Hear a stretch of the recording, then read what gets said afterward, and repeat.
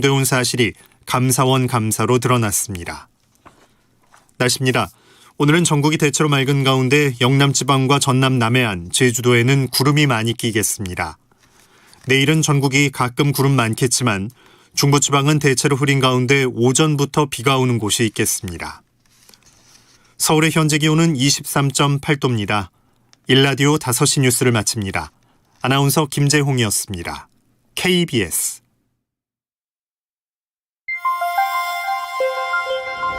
대한민국 중심 채널 KBS 1라디오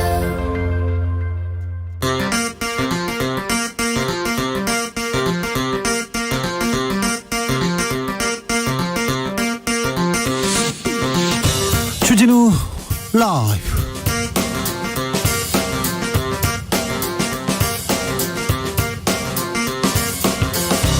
(2022년 9월 22일) 목요일입니다. 안녕하십니까, 주진우입니다. 이번 해외 순방은 예측 불가입니다. 외교 일정 급 변경됩니다. 당초 예정됐던 한미 정상회담은 48초 만에 끝이 났고요. 불투명했던 한일 정상의 만남은 이루어졌습니다. 결국 만날 일을 왜 그렇게 신경전을 벌였을까요? 윤석열 대통령의 이번 순방의 의미, 지금은 글로벌 시대에서 짚어보겠습니다. 해외 순방 중인 윤 대통령의 말 한마디가 생중계되면서 논란 일파만파로 커지고 있습니다. 대통령실에서는 사적 발언인데 외교 참사 언급하는 것은 유감이라고 했는데요. 지도자, 정치인의 거친 언행 어떻게 봐야 할까요? 나태주 시인과 함께 고민해 보겠습니다. 정기 국회 개막한 지 20여일 지났습니다. 깜빡하셨죠? 여야 정쟁 뜨거워서 잘 모르셨죠? 이제 좀 일 좀 할까요? 기초연금 확대법, 노란봉투법, 쌀값 정상화법, 민생 법안 논의되고 있는데 여야 입장차 극명합니다. 진정 민생을 원한다면, 민생을 위해서라면 어떤 법안이 마련돼야 할지 정의당 강은미 의원과 이야기 나눠보겠습니다. 나비처럼 날아 벌처럼 쏜다. 여기는 주진우 라이브입니다. 오늘도 자중차에 겸손하고 진정성 있게 여러분과 함께 하겠습니다. 전 세계적으로는 주 4일째 논의가 시작됐습니다. 뜨겁습니다. 주 4일째 근무하는 데 있는데요, 영국에서 아주 만족도가 크다. 그래서 주 4일째 이렇게 넓혀가겠다, 이런 얘기도 하는데, 우리나라도 주 4일째 논의해보자, 논의 얘기 나오는데 임금 삭감, 업무 강도, 또 다른 부작용도 계속 나옵니다. 그런데 또 다른 목소리로는 주 5일째라도 좀 지켜라, 빨간 날은 좀 근무하지 않게 해주세요, 야근 좀 줄여주세요. 우리나라 사람들 너무 열심히 일하는데 일하는 만큼 대우 못 받는 것 같아서 좀 속상합니다. 밤에 일하고 휴일에 근무하고 그러면 돈 많이 주셔야 됩니다, 사장님. 네, 많이 주셔야 되는데. 자, 주 4일째 어떻게 생각하시는지, 주 5일째, 주 52시간 어떻게 생각하시는지 여러분의 이야기 들어보겠습니다. 샵 9730, 짧은 문자 50원, 긴 문자는 100원이고요. 콩으로 보내시면 무료입니다. 그럼 주진우 라이브 시작하겠습니다.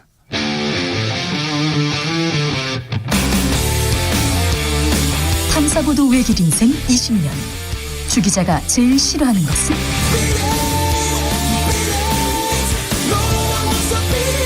이 세상에서 비리와 부리가 사라지는 그날까지, 오늘도 흔들림 없이 주진우 라이브와 함께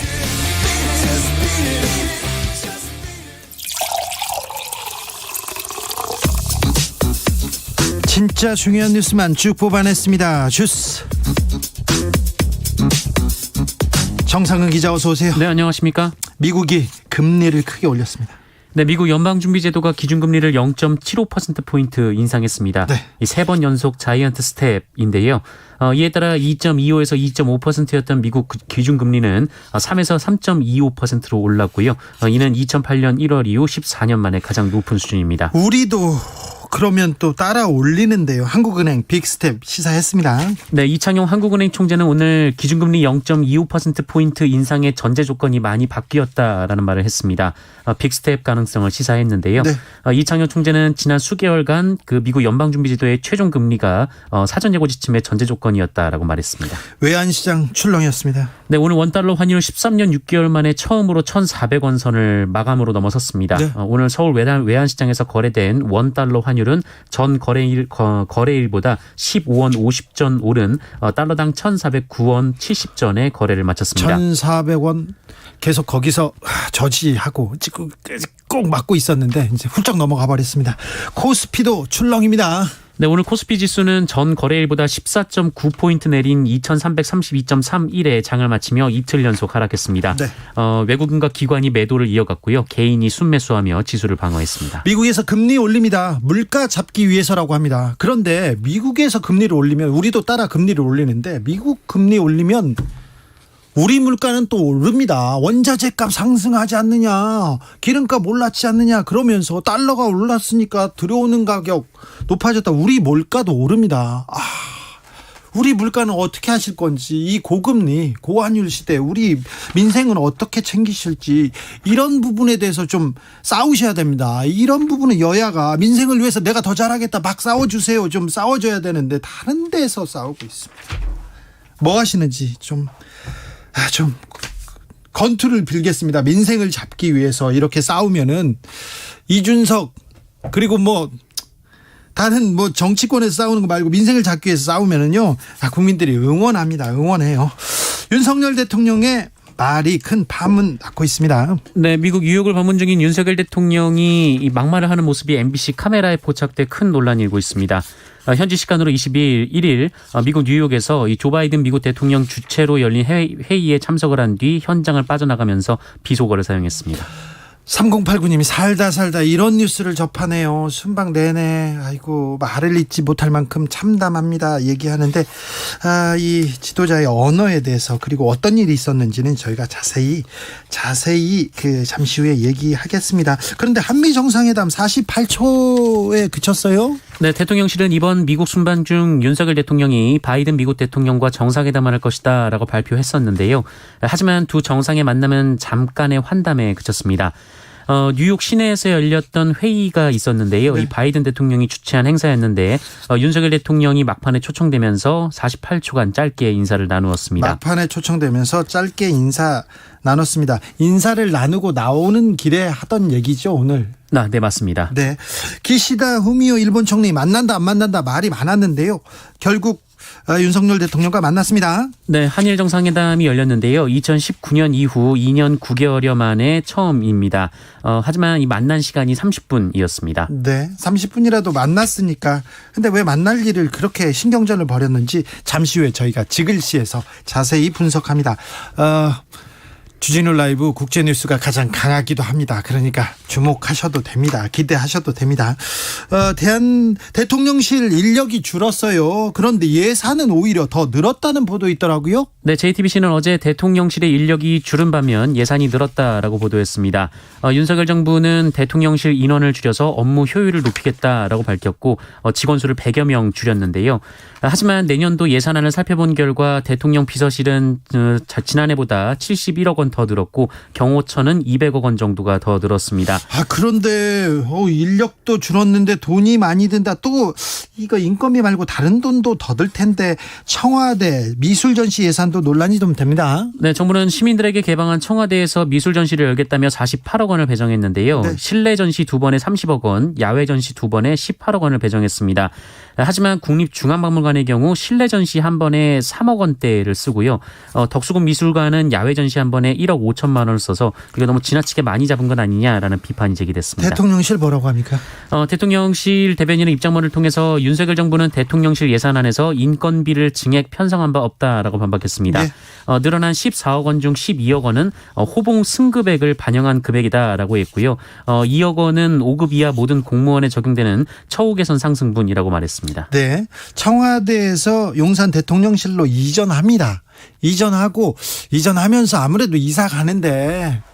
예산이 더 많이 들 수도 있어요. 근데 정확하게 좀 설명을 하고 넘어가야 됩니다. 가다가 여기서 10억 더 들었네, 저기서 몇 억 더 들었네 이러면서 계속 대통령실에 부담이 되는 거예요. 그러니 전체적으로 자, 이사를 하려고 했는데 400 몇 억으로는 좀 부족하더라. 이만큼 들겠습니다. 어찌 잘 해보겠습니다. 이런 좀 설명을 국민한테 이해를 구하고 넘어가면 국민들이 이해해 줄 거리요. 뭐 지금은 뭐 건물 하나 짓는데도 몇백억인데 그런 얘기들 국민들도 알아요. 근데 이렇게 자꾸 여기서 조금씩 증액됐다, 더 나온다, 논란이 된다 이런 게 조금 국민들한테는 조금 이게 뭐예요? 이렇게 생각하는 겁니다. 네. 국민의힘 정찬민 의원 징역 7년형 선고 받았습니다. 네, 용인시장으로 재직하던 시절 부동산 개발업체에 인허가 편의를 제공하고 제3자를 통해 3억 원 상당의 뇌물을 수수한 혐의로 기소된 국민의힘 정찬민 의원이 네. 1심에서 의원직 상실형인 징역형을 선고받고 법정 구속이 됐습니다. 네. 수원지법은 정찬민 의원에게 징역 7년, 벌금 5억 원을 선고했습니다. 국민의힘 정찬민 의원은 중앙일보 기자 출신입니다. 기자 출신인데 시장으로 이렇게 변신했다가 감옥 가셨습니다. 낙동강 녹조에 있는 독성 물질이 이렇게 주택가까지 이렇게 나온다면서요? 네, 낙동강 주변 공원, 주택가 등지의 공기에서 발암성 물질인 녹조 독소가 검출된 것으로 알려졌습니다. 그동안 낙동강물이나 이 물로 재배한 농작물 등에서 녹조 독소가 검출된 적은 있으나 공기를 통해 퍼진 사실이 확인된 건 이번이 처음입니다. 네, 푸틴 러시아 대통령이 러시아에 총동원령 내렸습니다. 네, 러시아와 우크라이나 군사적 충돌이 새로운 국면으로 접어들고 있는데요. 어제 푸틴 러시아 대통령이 예비역 30만 명을 군에 동원한다라고 발표했습니다. 러시아의 동원령은 소련 시절인 제2차 세계대전 뒤에 처음 있는 일입니다. 또한 푸틴 대통령은 핵무기 사용을 위협하는 등 이 서방의 반러시아 정책이 선을 넘었다며 러시아 보호를 위해 모든 수단을 동원할 것이다라고 경고했습니다. 잠시 후에 저희가 자세히 분석합니다. 코로나 상황은요? 네, 오늘 코로나19 신규 확진자 수 33,009명이 나왔습니다. 어제보다 8천여 명 정도 줄었고요. 지난주와 비교하면 4만여 명 가까이 줄었습니다. 위중증 환자 수 428명으로 어제보다 70명 정도 줄었고요. 예. 사망자는 59명이었습니다. 주스 정상근 기자와 함께했습니다. 감사합니다. 고맙습니다.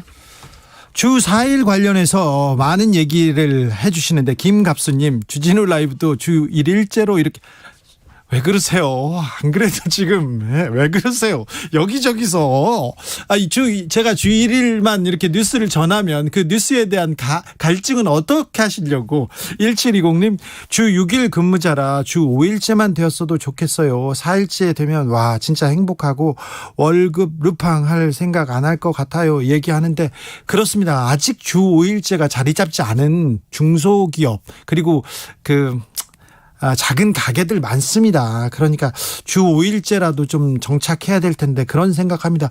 우리나라 분들은 휴가도 1년에 사흘 썼다 이틀 썼다 잘 못 쓴다 이런 사람들 많아요. 그러니까 이런 거라도 조금 좀 정착했으면 한다는 생각도 합니다. 2263님 중소기업은 4일 근무 원하지도 않습니다. 빨간 날 대체 휴일날만이라도 제대로 쉬고 싶은 노동자입니다. 그러니까요. 9591님 중소기업 경영하는 사람입니다. 정말 어렵습니다. 저희들이 알아서 할 테니 놔두십시오 이렇게 얘기하는데 아무튼 주 5일째 주 52시간은 이렇게 조금 정착했으면 하는 생각이 듭니다. 네.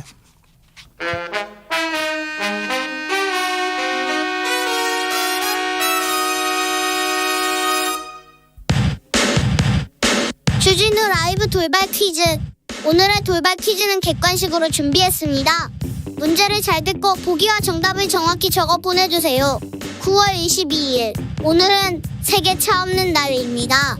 대중교통 긴급차량 생계형 차량을 제외한 자가용 운전자들이 자발적으로 자가용 운행을 자제하는 날인데요. 대기 오염, 소음, 교통체증을 줄이고 보행자의 만족도를 높이자는 취지로 이뤄지고 있습니다. 세계 차 없는 날은 1997년 이 나라의 항구 도시 라로스에서 시작돼 전 세계적인 캠페인으로 정착됐는데요. 유럽 서부에 있는 공화국으로 파리를 수도로 둔 이 나라는 어디일까요? 보기 드릴게요. 1번 프랑스, 2번 룩셈부르크. 다시 한번 들려드릴게요. 1번 프랑스, 2번 룩셈부르크. 샵 9730 짧은 문자 50원 긴 문자는 100원입니다. 지금부터 정답 보내주시는 분들 중 추첨을 통해 햄버거 쿠폰 드리겠습니다. 주진우 라이브 돌발 퀴즈 내일 또 만나요.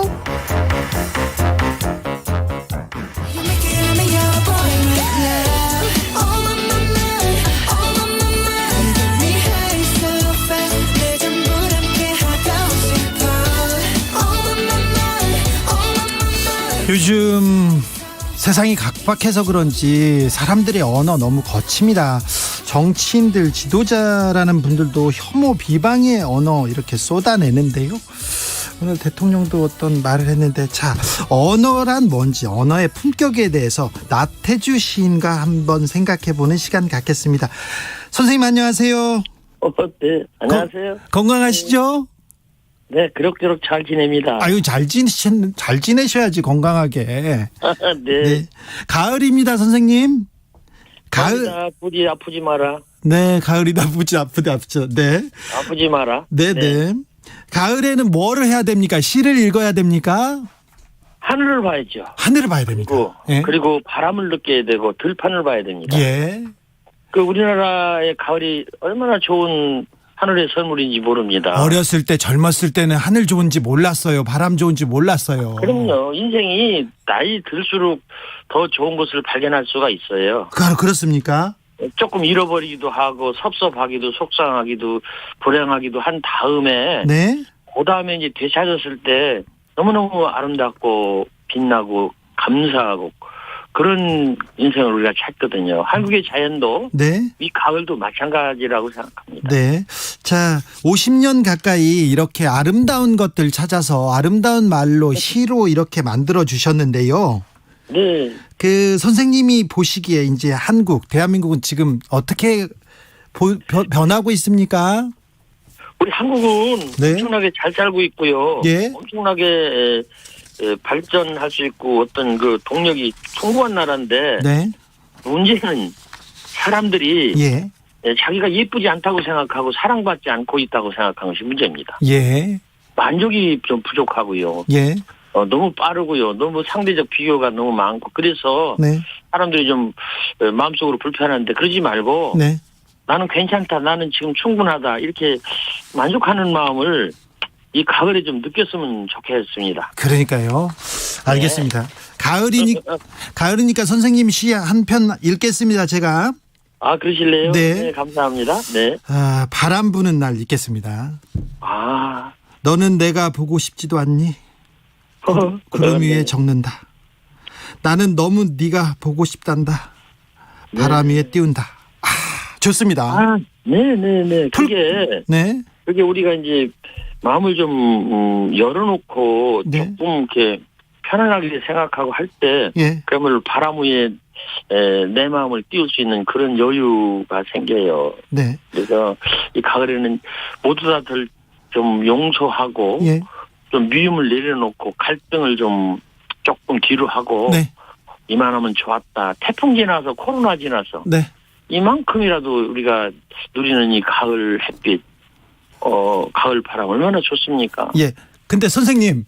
네. 선생님은 그 사람들이 아름다운 면만 이렇게 보셨어요? 다른 사람 안 보이고 그런 데서 막 욕하고 뭐 그런 비속어 쓰고 그런 적은 없으시죠? 선생님은 없으시죠? 안 쓰려고 노력을 합니다. 그게 네. 왜 그러냐면요. 네. 평소 때의 노력이 필요해요. 노력이요?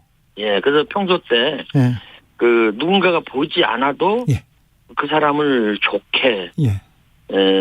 감사하게, 아름답게 이렇게 말하고 생각하고 그럴 필요가 있습니다. 네. 아니 선생님은 그런 적 있냐고요? 선생님은 저는 안 하려고 노력을 했어요. 하셨어요? 예, 안 하려고 노력을 해서 네. 비교적 안 했을 거라고 생각합니다. 뭐 다른 선생님들 얘기하고 그런 그 얘기도 저한테 하셨으면서 알겠어요? 네. 넘어가. 뒷담화 하지요. 그러니까 그 선생님도 해요. 걸렸다. 네. 그런데 예. 비교적 그래도 너무 험하게는 하지 말아야 된다. 그런 생각이 들어요. 알겠습니다. 근데 평소에 이렇게 뒷담화도 하고 뭐 욕설을 섞어 쓰는 그런 사람들 있지 않습니까?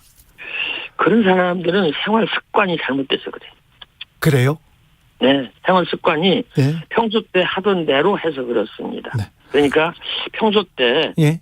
늘 그 자기 생활, 자기 삶을 거룩하게 예. 까지는 못해도 깨끗하게 아름답게 편안하게 예. 그리고 늘 타인 배려의 마음으로 살아야 돼요. 아, 그렇습니까? 너도 그렇다 해야지 나만 그렇다 하면 되겠습니까? 아, 그렇습니다. 그렇습니다. 네. 네. 풀꽃도 읽겠습니다, 선생님 씨. 네. 너무 사람들이 사랑하니까요.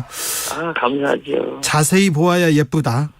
오래 보아야 사랑스럽다. 너도 그렇다. 네. 이렇게 생각해야 만약에- 되는데요. 만약에 나만 그렇다 했으면 그 시가 죽습니다. 아, 그렇죠. 너도 그렇다 해야죠. 예. 너는 아니다 하면 절대 안 되고요. 그렇죠.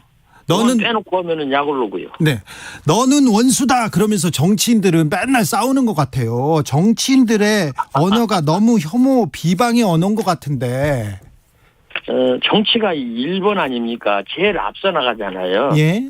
좀 잘해 주셨으면 합니다. 우리 뒤따라가는 국민들, 어리석은 국민들, 네. 늘 힘들고 헛이 졸라매는 국민들이 예. 마음 편안하게 살 수 있도록 그분들 스스로 좀 너그러워지셨으면 좋겠습니다. 네.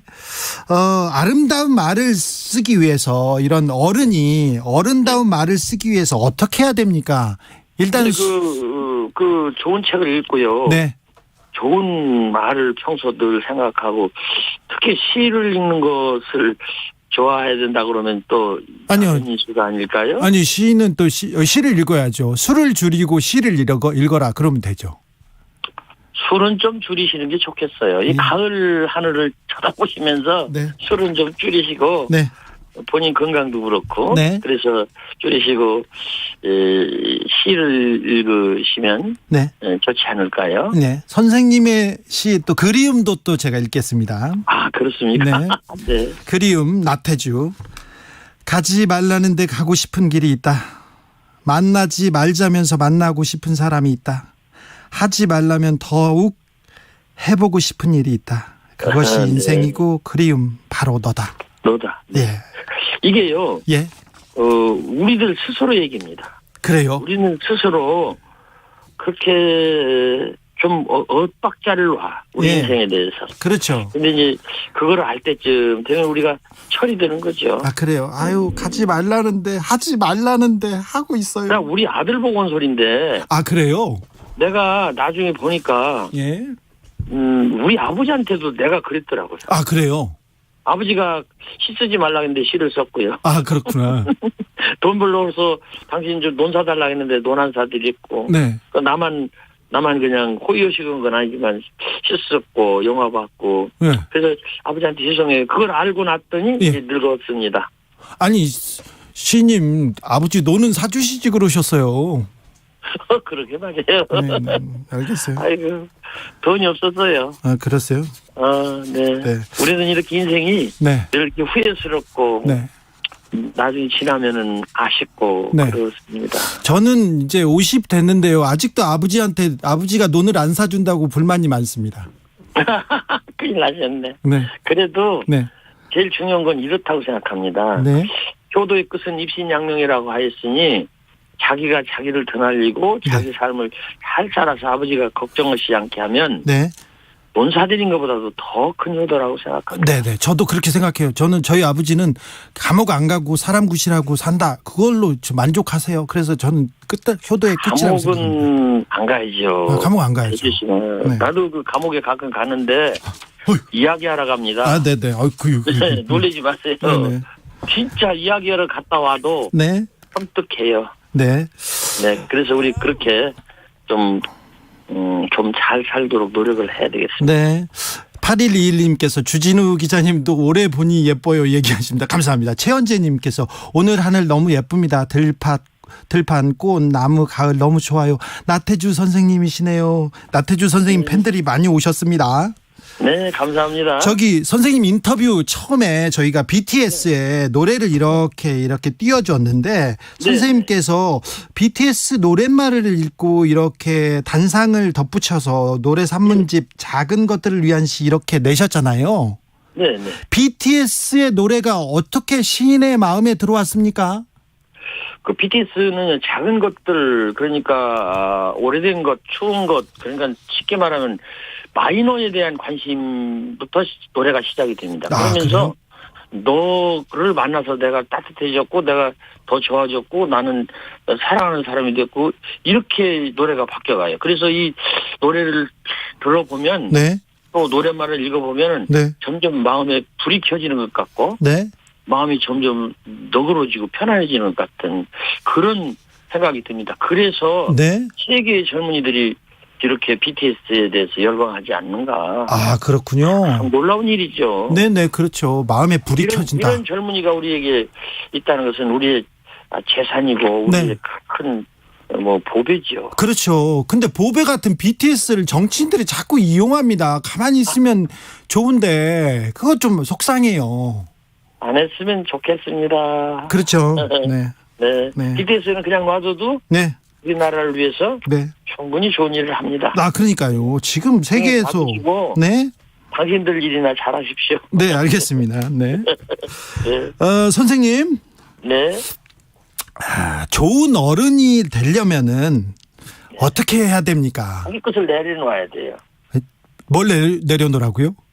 돈도 내려놓고 권위도 내려놓고 지식도 내려놓고. 아니, 선생님, 저는 가진 게 별로 없어요. 뭐 없는데 내려놓으라고 하세요. 그래도 나이도 좀 내려놓고. 예, 나이는 내려놨습니다. 나이 내려놓으시라고. 예. 그래서 내가 예. 50일에도 한 30살 먹은 사람처럼 20살쯤 내려놓고 네. 그 30살쯤 살아가는 사람들 모습을 보면서 네. 자기도 좀 파이팅을 좀 하고 예. 좋은 것을 받고 예를 들면 요즘 애들은요 네. 어법이 달라서 네. 옛날 사람처럼 그런 것 같아요 이렇게 않습니다. 네. 그렇습니다. 좋습니다. 이렇게 아주 딱 부러지게 얘기하거든요. 네. 나는 그런 말을 들을 때마다 네. 감동을 받아요. 아, 그래요? 좋아요 이렇게 얘기해요. 네. 맞아요 이렇게 말을 해요. 그럴 때마다 내가 가슴이 심장이 팍팍 뛰는 것 같은 느낌이 들어요. 네. 그럴 때마다 네. 나는 나이를 내려놓는다고 생각합니다. 알겠습니다. 젊은 사람들 걱정할 게 없군요. 우리 젊은이들은요. 네. 옛날 젊은이들보다도 훨씬 더 건전하고 예. 훨씬 더 세상을 잘 살려고 노력하고 예. 그렇게 하는데 의외로 이 화려한 환경 속에서 더욱더 우리 젊은이들이 빈곤감을 느끼는 것 같아서 네. 마음이 안타깝습니다. 알겠습니다. 네. 음. 선생님, 저는 나이는 내려놨는데 17으로 내려놔가지고 너무 많이 내려놓은 것 같아요. 이거는 어떻게? 귀엽죠. 네, 괜찮아요? 귀엽죠. 그럼요. 네, 알겠습니다. 이 시인이 된다는 거는요. 네. 철이 안 든다는 것입니다. 네. 철이 들으면요. 네. 따지고 돈 계산하고 예. 남 비호하고 예. 남 이렇게 밟으려고 그러고 앞서려고 그런데 네. 이 철이 안 든 사람은 네. 그냥 좋은 거예요. 아, 그래요? 작은 것에 감사하고 네. 작은 그 말에 대해서도 기쁨이 오고 그러면 좋지 않습니까? 그래서 네. 우리가 지금 이 가을이 오긴 왔는데 너무 분별력을 갖고 네. 너무 따지고 너무 앞서려고 그러고 너무 눈치 보고 네. 경쟁하고 이기려고 이러지 말고 네. 좀 내려놓고 네. 좀 우리 애기들 네. 쳐다보면서 야 저런 천사들이 세상을 나도 살았지 이렇게 하면은 네. 훨씬 자기에게 구원이 있을 것이라고 생각합니다. 알겠습니다. 선생님 말씀 감사합니다. 네 감사합니다. 서울 오시면 한번 또 들리세요. 네 뵙고 싶습니다. 네, 감사합니다. 건강하셔야 됩니다. 감사합니다. 네네. 지금까지 나태주 시인이었습니다. 교통 상황 알아볼까요? 오수미 씨. 네, 이 시각 교통정보입니다. 평소보다 퇴근길 정체도 심한데 사고의 여파까지 겹치면서 더욱더 혼잡합니다.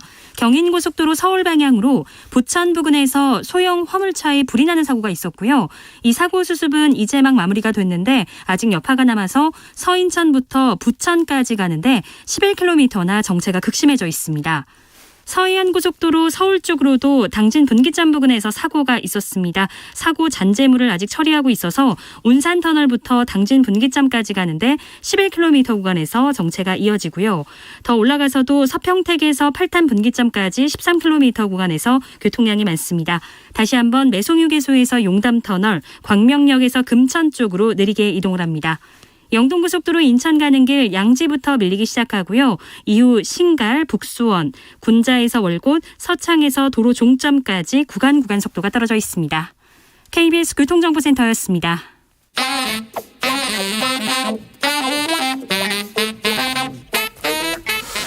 세계는 넓고 이슈는 많다. 우리의 시야를 국제적으로 넓혀보겠습니다. 국내 뉴스, 국제 이슈 다 덤벼라. 지금은 글로벌 시대.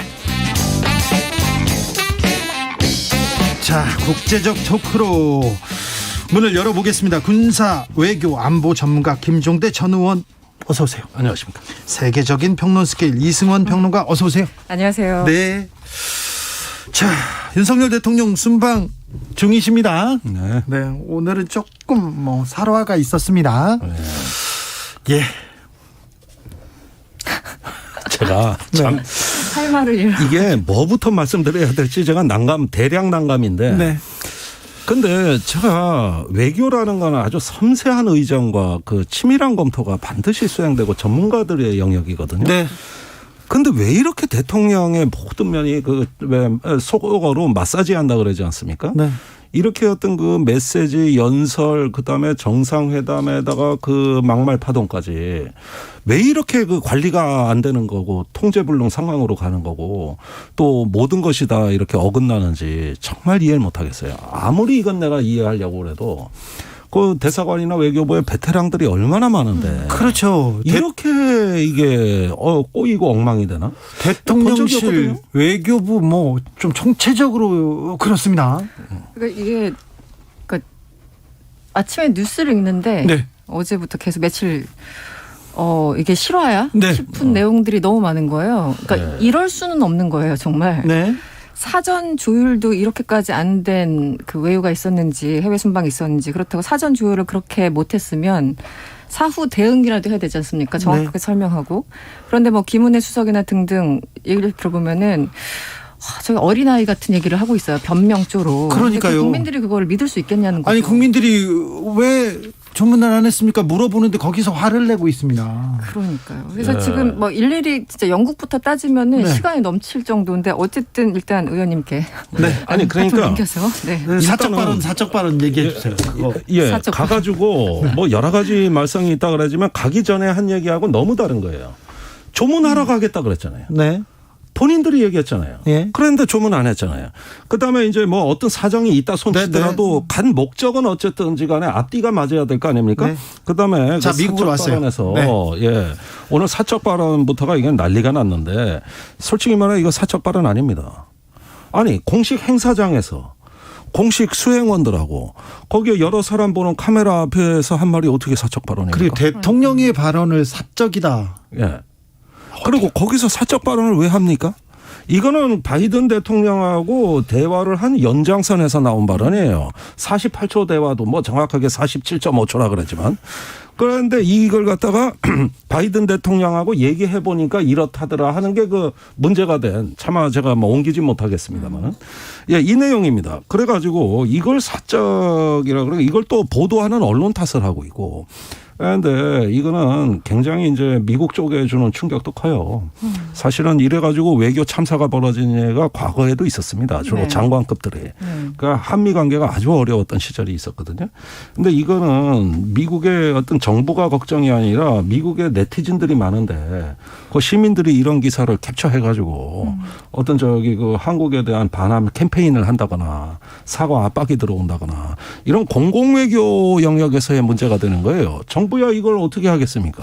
아유, 대통령의 발언을 영어로 어떻게 이렇게 번역해가지고 어떤 단어로 지금 퍼질지. 영어로 번역하기도 참 난감한 일이네요. 네. 그런데 아니 우리 BTS부터 우리 굴지의 기업들부터 나라의 국격과 GDP와 모든 걸 올려놨는데 우리나라의 외교적인 레벨을 그냥 한꺼번에 무너뜨리는 역할을 지금 대통령이 하고 있는 겁니다. 48초를 만나면서 그전에는 그 브리핑 이제 그 해외 순방 가기 전에 브리핑을 했지 않습니까? 한미 네. 정상회담 한다면서요. 정상회담을 한다고 했죠. 네. 이번에 보도자료 자체도 대통령실에서 환담 결과라고 하면서 몇 줄을 써냈어요. 예. 그리고 한일 정상회담도 일본 측에서 흔쾌히 동의했다라고 했지 않습니까? 이번에 기시다 총리 그 전에 이제 일본 언론에서 다른 걸 많이 보셨겠지만 네. 찾아가서 거의 뭐 아련했다라는 표현이 언론에 등장할 정도로 왜 이렇게까지 해야 되는지 전 처음부터 끝까지 정말 이해가 안 가는 이런 외교를 전 본 적이 없어요. 제가 20년 동안 외교를 관찰해 왔는데 정말 황당하고 할 말이 없는 그런 순방이었습니다. 지금까지. 대형 참사인데요. 그런데 일단은 김성한 안보실장이나 김태효 안보실 1차장의 책임을 우리가 얘기 안 할 수가 없는 게 이분들의 공통점은 한미일 안보 협력에 대해서 거의 신념화되어 있거든요. 예. 그리고 과거 MB 정권 때도 주로 했던 일들이 그 국민 감정에 반하면서까지 일본하고의 밀실 군사협정 체결이라든가 무수히 많은 사례를 있습니다. 그런데 그때 못 이룬 걸 이번에 집권 초에 아예 끝을 보겠다고 무리하게 덤볐다가. 아니 무리하게 덤비든 말든 근데 일본하고 얘기도 안 되고 미국하고도 얘기가 제대로 안 되는 것 같습니다. 그렇습니다. 그러니까 뉴욕에 도착했을 때까지도 한일 정상회담은 불투명이었어요. 예? 모르고 간 거예요. 그러면은 외교라는 게 이거는 우리 책임만이 아니라 바이든 대통령이 엘리자베스 여왕 조문 때문에 뉴욕 일정이 단축돼 가지고 지금 어떻게 바뀔지 모르겠다고 하는 그런 어떤 그 촉박한 시간이 있었던 겁니다. 그렇죠. 우리도 마찬가지였어요. 예? 그리고 일본은 태풍 때문에 하루 늦게 와버린 겁니다. 그러니까 당연히 일정이 단축되고 시간 내기가 어려웠겠죠. 그러면은 빨리 정상회담은 이번에는 사정이 여의치 않아서 네. 성사가 안 된다 하고 미리 공지를 하고 그 대신 약식 회동이다 이렇게 우리가 선제적으로 그렇죠. 조치를 했어야 되고요. 그럼에도 불구하고 정상회담이 필요하다면은 대책 향후에 어떤 보완 대책이 뭔가 이런 정도를 빨리 강구했어야 되는데 우물쭈물 하다가 그 바이든 대통령이 갑자기 그때 재정정책 회의라는데 원래 거기 윤석열 대통령이 갈 일이 없는 회의를 그 글로벌 재정 펀딩하는 회의에 가가지고 거기서 서서 인사했다. 그다음에 일본의 기시다 총리는 유엔 청사 앞에 컨퍼런스 건물이 있습니다. 네. 이게 아마 부속 건물인 것 같은데 거기에서 기시다 총리가 회의 참석하는데 만나고 싶으면 이리로 오라는 거예요. 그런데 한국 기자들은 윤 대통령이 다른 데 가는 줄 알고 그쪽으로 가가지고 이 사실을 모르고 갔더니 일본 기자는 다 있고 그다음에 국기나 이런 어떤 영접할 수 있는 아무런 어떤 준비가 없고 해가지고 여기서 30분간 회담을 했는데 이건 정상회담이 아니라 일본에선 간담이라는 겁니다. 그러면은 제가 보기에는 이게 무수히 많은 리스크가 이렇게 있을 때 전문가들이 이걸 관리해가지고 이런 어떤 약식 회동으로 대체하기로 했으며 또 다음에 추후 뭘 기약을 하고 이렇게 하면서 공지도 됐어야 되는데 완전히 우리 기자들 따돌려져가지고 화가 지금 얼마나 많이 나 있습니까? 그러니까 기사에 완전히 약올라 일본 기자는 다 와 있는. 그렇죠. 기사에 녹아져 있는데 우리 언론 기사를 보면은 결국은 일본 기자들만 모아 있는데 대통령 가고 우리 사실상 기자들은 모르는 상태에서 갔던 거지 않습니까? 그래서 브리핑 현지 시간 21일 12시 23분부터 30분가량 진행됐던 게 한일 정상회담인데 정상회담도 아니죠. 약식회담 혹은 일본식 표현으로 간담회인데 4시간 전에 브리핑이 있었어요. 그때까지도 한일 정상회담에 대해서 이런 방구 언급이 없었다는 거예요. 그러니까 우리 기자들 입장에서 엄청나게 화가 난 거죠. 풀 기자단도 당연히 조성하지 못했고. 그래서 결국 가가지고 했다는 얘기가 윤 대통령은 자유민주주의, 핵, 정상 간 소통 얘기를 했고 외무성에서 이후에 간담 관련해서 자료를 배포합니다. 하는 얘기가 이거예요. 일본 측 발언입니다. 65년 수교 이래 구축해온 한일 우호 협력 관계 기반을 바탕으로 한일 관계를 미래지향적으로 발전시키자. 이 얘기는 강제징용 얘기를 어느 정도 했을 텐데 65년을 꺼내 들었다는 건 65년 이후에 이제 모든 것들이 끝났다는 게 일본의 기존 입장 아니었습니까? 네. 결국은 이번에 기존의 일본 입장을 재확인하고 그것을 윤석열 대통령한테 확인시키는 거였어요. 자기를 찾아온 한국 대통령에게 우리 입장은 변화 없으니까 니네들이 알아서 해 이런 얘기를 했다는 겁니다. 그러니까 얼마나 지금 황당해요. 그래서 지금 요미우리 같은 경우는 이런 보도를 쓰고 있어요. 한일 관계를 개선하려는 한국 쪽의 자세를 평가해서 일본이 비공식 회담에 응해줬다. 거의 이런 뉘앙스예요. 이런 굴욕적인 외교를 왜 하러 갔는지 저는 이해할 수가 없습니다. 네. 네. 그러니까 이 회담도 급히 이리로 오라 그래가지고 다른 일정 취소하고 간 거거든요. 네. 그러니까 의전부터 메시지, 모양 모든 것이 격에 맞지가 않습니다. 이러는데 이 정상회담에 대해서는 일본이 우리하고는 시각이 완전히 달라요. 우리는 셔틀 틀 정상외교를 복원하겠다. 그러기 위해서 정상회담이 필요하다는 입장이지만 일본은 모든 것이 다 해결되면 즉 한국이 해결책을 갖고 오면 그때 가서 나중에 하는 게 정상회담이다. 우리는 입구고 일본은 출구라는 거예요. 자, 그런데 일본에서 한 번도 입장이 바뀐 적이 없는데 그렇죠. 일본은 그런데 왜 대통령실에서 그렇게 한일 정상회담에 매달리는지 이해가 안 됩니다. 그러니까 김태호, 김성한 네. 옛날에 이명박 정부 당시에 이상우 당시 그 안보 선진화 추진위원장 네. 이런 분들의 집단 사고는 뭐냐면은 민주평화론입니다. 북한이나 중국은 민주주의가 아니다. 이런 국가가 아니라 민주주의 국가끼리 연대해서 거기서 하나의 어떤 저 집단적인 힘으로 안보를 하는 게 국가 생존 전략이라고 아주 굳게 믿고 있는 분들이죠. 그래가지고 이번에 두 사람의 경우에는 이전에 많은 논문을 통해 가지고 빨리 일본하고 협력해야 북한의 핵에 대한 억지력에 도움이 된다 그랬거든요. 네. 그러니까 일본을 우리나라 안보의 한 축으로 보는 사상이에요. 네. 예. 그러니까 유사시에는 한반도에 자유대가 들어올 수 있다라는 가설까지 세우고 있는 사람들이 지금 외교 안보 라인에 있는 거 아니겠습니까? 그러니까 이렇게 굴욕적인 외교를 할 수밖에 없는 거예요. 그렇다고 해서 이렇게 형식도 이상하고 시기도 이상하고 시간도 이상한 상황에서 다른 회담 중요한 그 행사까지 캔슬해가면서 갔으면 최소한의 내용이라도 있어야 되지 않습니까? 그런데 일본 외무성에서 나온 이 간담회 자료 배포 그 내용도 그렇고 요미우리나 뭐 마이니치 관련해서 일본 언론들이 내놓고 있는 건 거의 조롱조입니다. 이게 도대체 뭐 하자는 건지 이해를 못하겠는, 제가 오늘 이해 못한다는 얘기를 한 10번쯤 하는 것 같은데 네. 정말 이해 못한 상황이 계속되고. 네, 요거는 이해할 수 있는 길은 뜻밖의 영역에서 있습니다. 다들 국내 정치의 연장으로 외교를 보고 있는 겁니다. 그러니까 기시다 총리는 한국 윤석열 대통령하고 손잡는 게 정치적 부담이 되는 거고. 그렇죠. 예, 그러면서 지지율이 낮다는 이야기를 슬쩍슬쩍 흘리고 있어요. 예. 그건 일본 외교관들이 다 그럽니다. 지지율이 낮은 대통령하고 협력하면 한국 국민이 뒤집으면 어떡할 거냐. 2015년 위안부 합의가 그랬다. 2015년 위안부 합의 발표하던 이 외무성 장관이 지금 기시다예요. 네. 자기가 한번 당해봐서 안 되는 거예요. 섣불리 해줬다가는 그때 그 꼴나고 자기가 그때 일본 돌아가서 완전히 뭐가 됐습니까? 그러니까 이런 부분에 아주 단단히 마음을 먹고 있는 그 당사자이기 때문에 이걸 국내 정치의 맥락으로 본다는 거죠. 네. 3282님께서 대통령 비난 좀 이제 제발 그만하시면, 네. 실수를 할 수 있어요. 국민들이 이해해 주셔야죠. 힘을 주시고 응원해 주셔야 대한민국이 살 수 있어요. 그래도 이번 순방에서 그래도 성과나 좀 노력 이런 것도 좀 평가할 만한 부분은. 네, 아니 너무 욕하는 게 또 이렇게 듣기가 좀 부담스러우신 분도 있는 것 같습니다. 네네네, 그럴 수 있어요. 예, 사실은 이번 회담에 대해서는 원래 외교부에서도 고위 관계자가 그 순방을 반대했습니다. 사전검토 회의에서. 아, 그래요? 예, 그걸 제가 언론에 공개해서 지금 많이 인용이 되고 있습니다만은 처음부터 위험한 그 순방 외교였어요. 우선 성과가 확실치 않고 너무나 정상들 일정이 긴박해가지고 우리가 한미 정상회담을 하겠다고 얘기는 하지만 성사되기 어렵다. 이것이 이제 그때 공무원들의 우려 사항이었거든요. 네, 거기에 또 그 영국 여왕 서거와 겹쳐버린 거예요. 네, 태풍도 있었고 여러 변수가 있었어요. 변수가 있었습니다. 그러니까 이게 다 우리 대통령 잘못은 아니에요.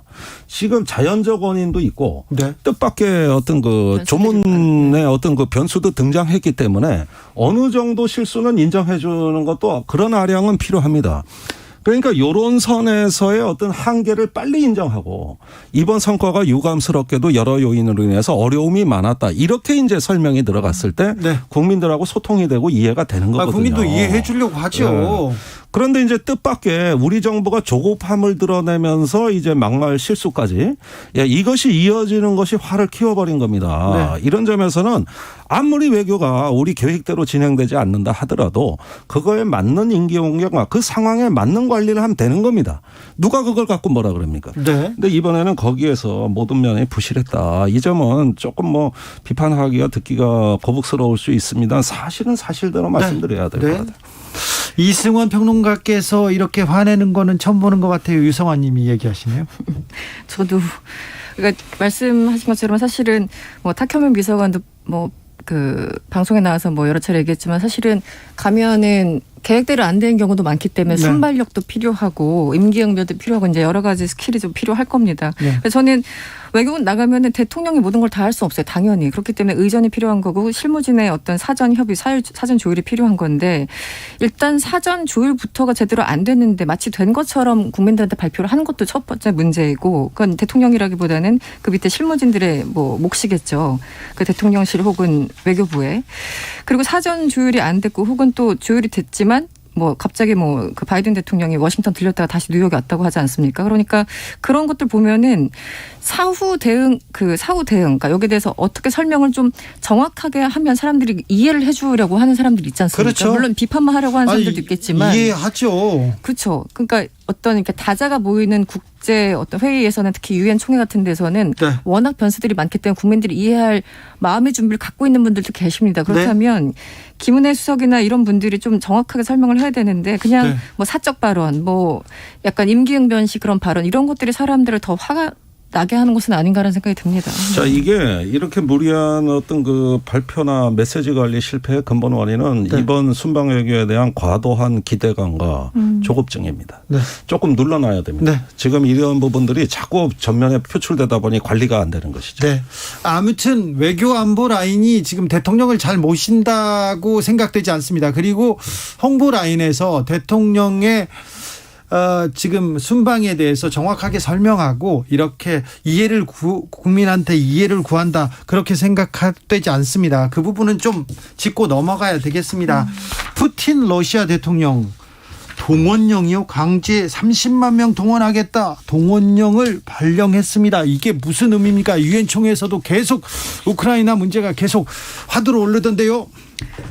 2차 세계대전 이후에 처음으로 동원령을 내렸다고 그렇다면서요? 하죠. 네, 30만 명이고 이건 뭐 한 10분의 1 정도 수준이라고 하는데 그 여전히 특별 군사 작전을 위해서 동원령을 내린다라는 게 푸틴 현지 시간 20일 TV 연설을 통해서 나왔던 얘기입니다.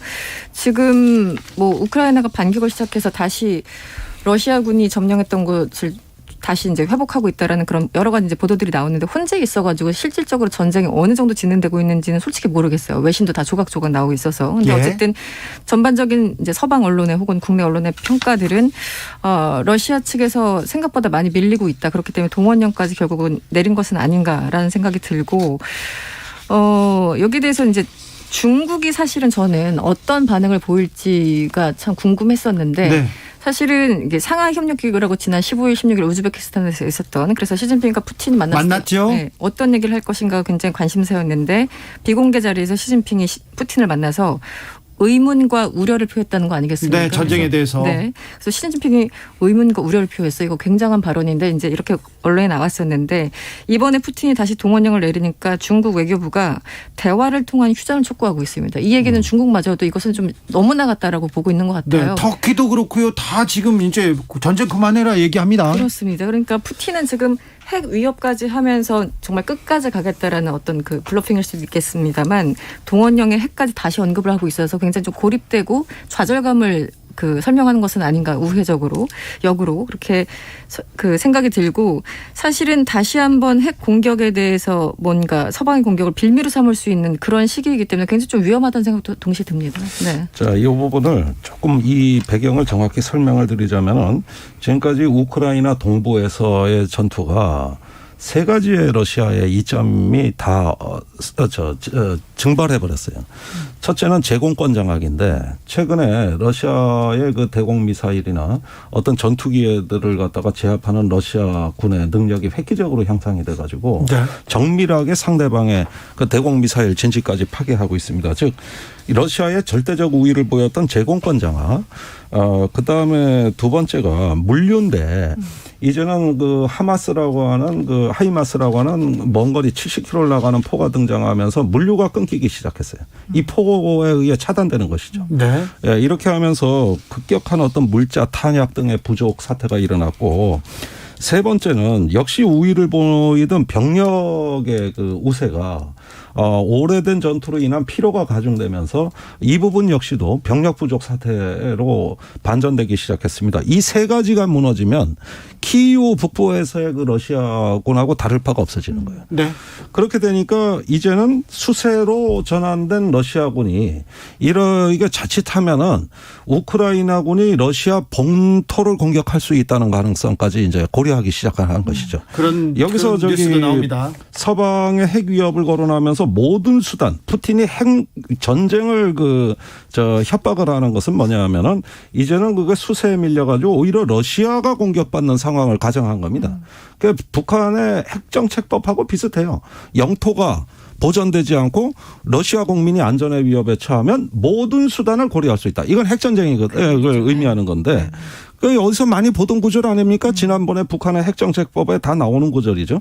이런 상황으로 해가지고 이제는 어떻게 보면은 위협을 더 노골화하는 그 이면에는 불리해진 전세.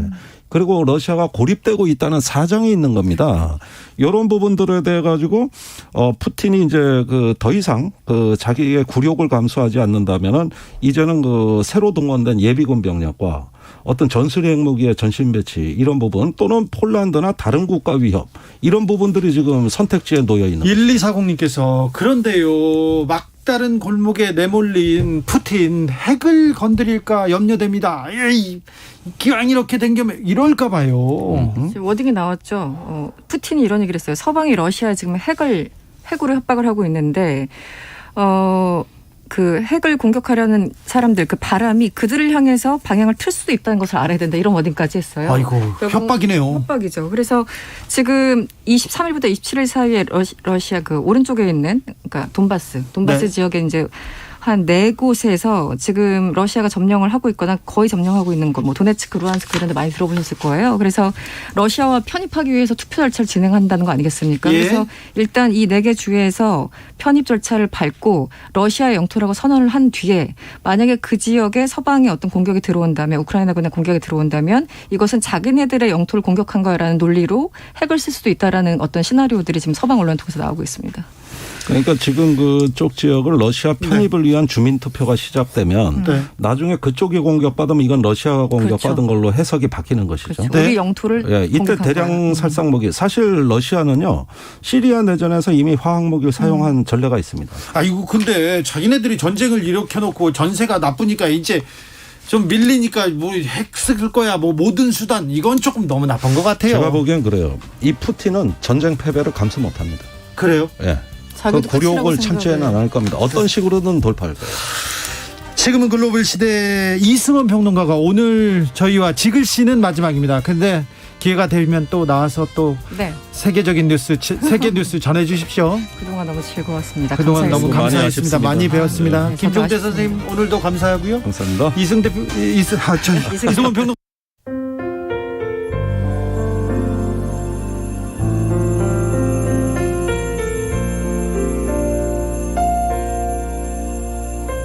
KBS 라디오 연중기획 희망충전 대한민국 500번째 이야기.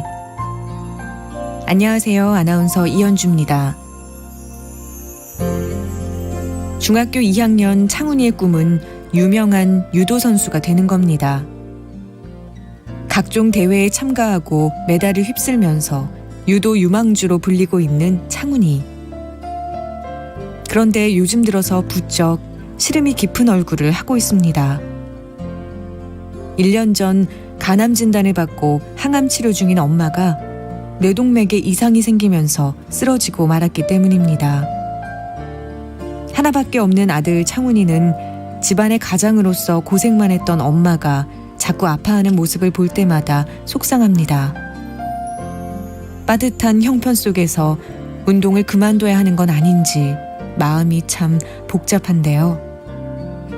엄마가 얼른 건강을 회복하고 창훈이는 유도를 포기하지 않도록 여러분이 따뜻한 격려를 보내주세요. 여러분의 따뜻한 손길이 희망의 빛이 됩니다. ARS 060-700-1580 060-700-1580 한 통화 3,000원으로 희망을 선물해 주세요.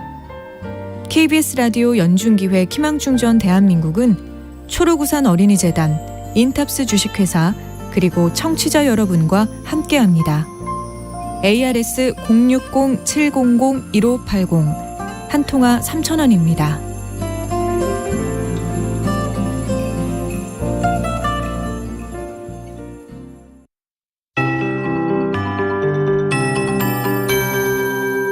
KBS 58분 날씨.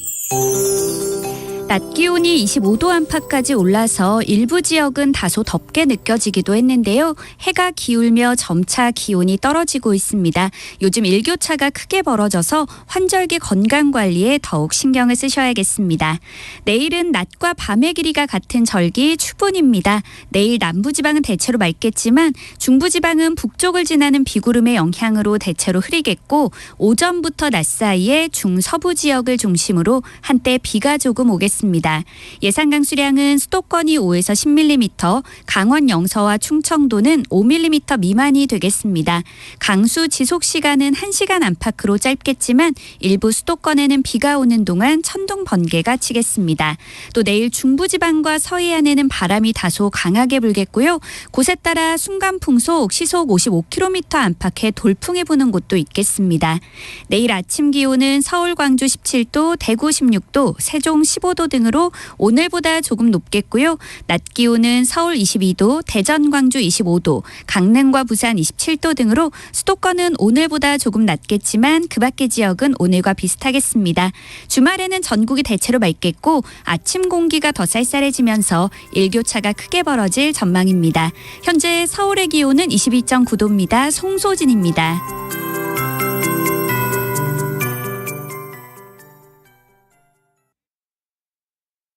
정성을 다하는 국민의 방송 KBS가 6시를 알려드립니다. AM 711kHz, FM 97.3MHz, KBS 1라디오입니다. HLKA.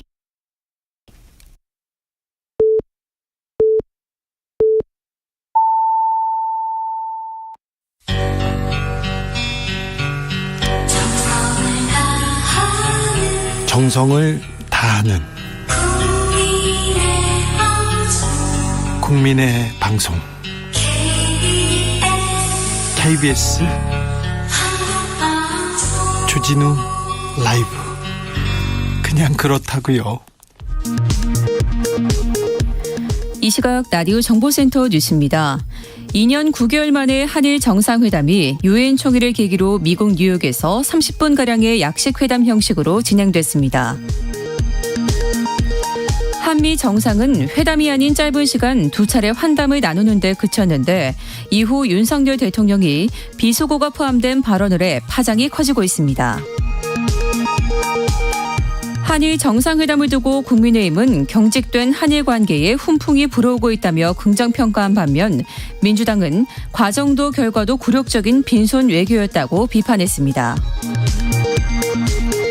국민의힘 정찬민 의원이 경기 용인시장 시절 제3자를 통해 3억 원이 넘는 뇌물을 받은 혐의로 1심에서 징역형을 선고받고 법정 구속됐습니다. 미국 중앙은행인 연방준비제도가 미국 기준금리를 0.75%포인트 또 올렸습니다. 원달러 환율은 13년 반 만에 1,400원 선을 넘어섰습니다. 지금까지 라디오 정보센터 뉴스 정한나였습니다.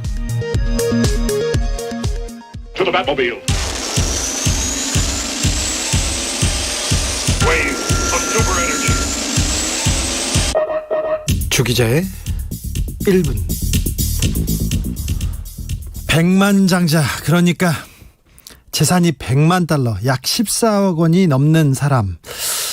한국에서는 백만장자가 얼마나 될까요? 129만 명이 넘습니다. 129만 명. 이는 2020년보다 11만 6천 명가량 늘어난 수치입니다. 우리나라의 순자산이 5천만 달러, 그러니까 약 700억 원이 넘는 사람은 3,886명. 와, 우리나라의 부자가 이렇게 많습니다. 세계 최연소 억만장자도 우리나라에 있다고 합니다. 코로나 유행 속에서 부자는 더 부자가 되었습니다. 세계적인 투자은행 크레딧 스위스에 따르면 세계 백만장자의 수는 6,248만 명, 1년 전보다 500만 명 넘게 증가했습니다. 역사상 가장 풍요로운 시대입니다. 하지만 백만장자가 늘수록 가난한 사람은 더 가난해졌습니다. 상위 1% 부자들이 전 세계 자산의 거의 절반 46%를 소유하고 있습니다. 상위 10%는요 전체 자산의 82% 차지합니다. 세계 10대 부자, 그러니까 10명의 부자가 31억 명보다 더 부자입니다. 더 많은 부를 소유하고 있습니다. 반면 극비층은 33시간마다, 그러니까 극빈층은 33시간마다 100만 명씩 늘어나고 있다고 합니다. 우리나라도 코로나 시대에 어렵다, 힘들다, 그런 분들 많습니다. 부의 불평등 양극화는 전 세계적 과제입니다. 어제 유엔 총회에서 연설이 있었는데요. 가브리엘 보리치 칠레 대통령이 뜨거운 호응을 받았습니다. 부의 불평등 각성해야 된다. 성장과 함께 더 나은 방식의 부, 그리고 권력 분배가 이루어져야 한다. 이렇게 연설했습니다. 블룸버그는 세계에서 가장 젊은 지도자 칠레 대통령이 사회 불안과 위험에 경종을 울렸다. 유엔 대비해서 격렬한 박수를 받았다고 보도했습니다. 칠레 대통령, 걸그룹 트와이스의 찐팬입니다. 안목도 있습니다. 윤석열 대통령이 어제 유엔 연설에서 자유를 외쳤습니다. 세상이 이렇게 불공평한데 자유를 외치면 양극화의 모순과 갈등이 줄어들 수 있을까요? 무한 경쟁에 내몰린 국민들 위로받을 수 있을까요? 기업 오너 말고 국민도 부자가 될 수 있을까요? 부자들이 가난한 사람들 것까지 뺏어가지는 않을까요? 걱정입니다. 주 기자의 1분이었습니다. Hey boy, look, I'm gonna make this 트와이스, yes, oh yes. two choices, yes or yes.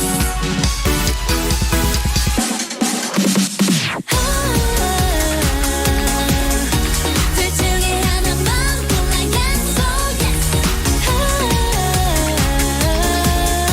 하나만 선택했어 yes or yes. 내가 이렇게도 이기적이었던가, 뭔가 이렇게 갖고 싶던 적 있었나 놀라 내 뻔뻔함에. Come on and tell me yes.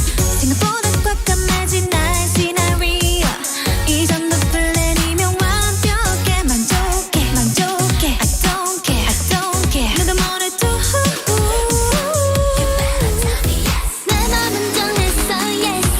그럼 이제 네 대답을 들을 차례. 힘들면 포기를 줄게. 넌 고르기만 해.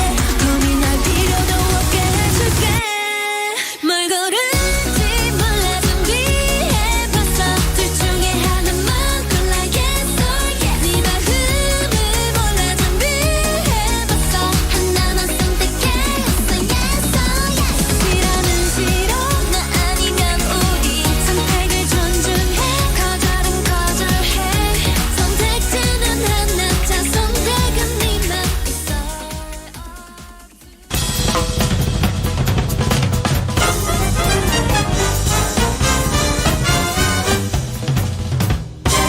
훅 인터뷰. 모두를 위한, 모두를 향한 모두의 궁금증 훅 인터뷰. 싸우기만 하는 국회, 일하고 있는지 잘 모르겠어요. 정기국회가 열렸는데 민생은 챙기고 있는지 또 잘 모르겠습니다. 자, 진정 민생을 위한다면 어떤 법안들이 준비되고 어떤 법안들이 통과돼야 되는지 정의당 강은미 의원과 이야기 나눠보겠습니다. 의원님 안녕하세요. 네, 안녕하세요. 정의당 강은미입니다. 네. 정기국회 시즌인데요. 네. 무슨 일 때문에 바쁘십니까? 네, 이제 국감 준비 때문에 바쁘기도 하고요. 네. 잘 아시겠지만 제가 보건복지위원회 소속인데요. 네. 장관이 여지껏 없었습니다. 그래서 아이고요. 지금 다음 주에 장관 인청이 있습니다. 이제서? 네, 이제서요. 그래서 아니, 인청 코로나 시대에. 준비하느라고. 네. 그래서 뭐 여러 가지로 코로나 대응도 적절했냐 이야기가 많이 나왔고, 실제로 이제 복지가 많이 필요한 시기인데 그런 네. 거 제대로 대처 못한 문제도 있고 그렇습니다. 자, 정의당은 지금 정기국회에서, 이번 국회에서 네. 어떤 점에 가장 집중하고 있습니까? 네, 정의당은 지금 이제 양당이 당내의 권력투쟁을 하느라고 정신이 없었지 않습니까? 네. 그래서 민생이 너무 소홀했는데 네. 그런 문제와 관련해서 지금 그 소상공인들, 그다음에 가계부채에 시달리는 뭐 이런 시민들을 위한 대책들, 네. 그리고 이제 특히 이제 뭐 노동자들이 이 법 밖에 있는 노동자들이 제대로 보호받지 못하고 있는 부분이 많아서 네. 그런 소외된 노동자들을 위한 문제들 예. 그런 것들을 좀 집중해서 다뤄보려고 합니다. 소외된 노동자 옆에는 항상 정의당이 있었는데 네. 있었다 이런 얘기를 들었는데 요즘은 그런 얘기도 안 하는 것 같아요. 실제로 저희 그 2020년 의원직이 시작되면서 많은 의원들이 노동자들과 함께 하긴 했는데 네. 그런 것들이 좀 그 언론에 잘 보도되지도 못했고 네. 그런 면에서 좀 억울한 부분이 있습니다. 정의당에서. 네. 네. 그리고 알겠습니다. 앞으로는 좀 더 열심히 해보려고 노력하고 있고요. 아시겠지만 대우조선 하청 노동자 문제도 정의당이 가장 먼저 달려가서 천막 당사를 세우고 또 적극적으로 노력한 바가 있습니다. 네. 노란 봉투법도 가장 적극적으로 정의당이 추진하고 있습니다. 네네. 그런데 노란 봉투법에 대해서 이거 불법 파업, 불법 폭력 조장하고 있다 이렇게 보수 언론에서 지금 계속 그리고 네네. 국민의힘에서 계속 비판하고 있습니다. 그런데 이제 노란봉투법을 좀 우리가 제기하고 있는 걸 잘 들여다봐야 될 텐데요. 근데 물어볼게요. 네. 불법 파업 조장하는 겁니까? 아닙니다. 불법 파업은 정의당에서도 안 된다고 지금 반대합니까? 반대하는데 문제는 불법 파업이라고 그러니까 합법 파업에 대한 범위가 너무 협소하게 돼 있는 게 굉장히 큰 문제입니다. 그렇죠. 가령 노동자에게 고용의 문제만큼 큰 게 없는데 정리해고한다고 반대하는 어떤 행위를 하면 그게 다 불법 파업으로 됩니다. 아니 그러면 네. 보세요. 해고는 죽음인데 아이고 나 살려달라고 목소리 외칠 수 있지요. 외쳐야죠. 네, 그렇죠. 그래서 실제로 아시겠지만 쌍용 자동차 노동자들도 정리해고에 반대해서 파업을 했는데 엄청난 손배가압류를 해서 실제로 30명의 노동자와 가족들이 스스로 목숨을 끊거나 아니면 그렇죠. 병으로 돌아가셨고 거기 말고도 철도 노조나 또는 지하철 노조나 그렇게 정리해고와 관련해서 파업을 한데 손배가압류를 뭐 10억에서 20억, 30억 이렇게 좀 이 기업에서 이제 소송을 해가지고 굉장히 어려움에 처하고 있습니다. 파업을 시작하면 공장이 차질로 1조 원대 손해 이렇게 하면서 손해배상 이렇게 을 청구합니다. 그리고 노동자한테 자 연대해가지고 돈을 물어줘라 손해배상을 해라 이렇게 법이 노동자한테 직접적으로 타격을 가는 그런 나라는 선진국에서 찾아보기 어렵습니다. 해외에서는 대부분 실제로 그런 법이 있더라도 우리나라처럼 이렇게 노동자들을 죽음에 내모는 방식으로 손배가압류하는 나라는 거의 없고요.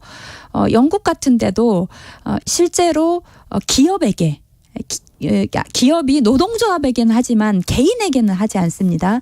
그리고 실제로 그 노동자들의 조합원 숫자 그다음에 조합이 물리고 있는 조합비가 어느 정도인지 이런 것들을 다 감안해서 하는 거지 진짜 노동자 죽이겠다 이런 방식으로 손배가압류하는 게 없고요.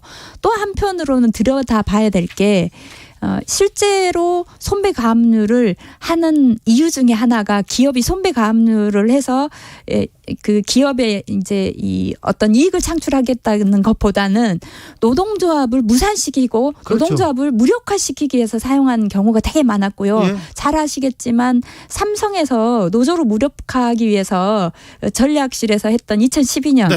그때도 이 중요한 기획 중에 하나가 노동자들에게 손배가압류를 물려서 노동조합이 고사하게 만들자. 예. 그다음에 유성기업도 대표적으로 노동조합을 탄압한 데인데 거기도 그 기획서 안에 노동조합에게 엄청난 손배가압류를 물려서 네. 노동자들 스스로 노동조합이 없어지게 만들자. 뭐 이런 귀관들이 있거든요. 네네. 그러니까 결국은 노동자들의 합법투쟁 자체의 범위가 너무 섭수한 게 문제이고 네. 또 한편으로는 이제 노동자들을 탄압하는 도구로 쓰고 있는 네. 게 굉장히 큰 문제입니다. 삼성의 노동 탄압은 너무 심했습니다. 그건 법을 어겼고요. 아유 너무 심각해. 그건 제가 잘 압니다. 2399님 노란 봉투법 응원합니다. 이렇게 얘기했는데요. 그런데요.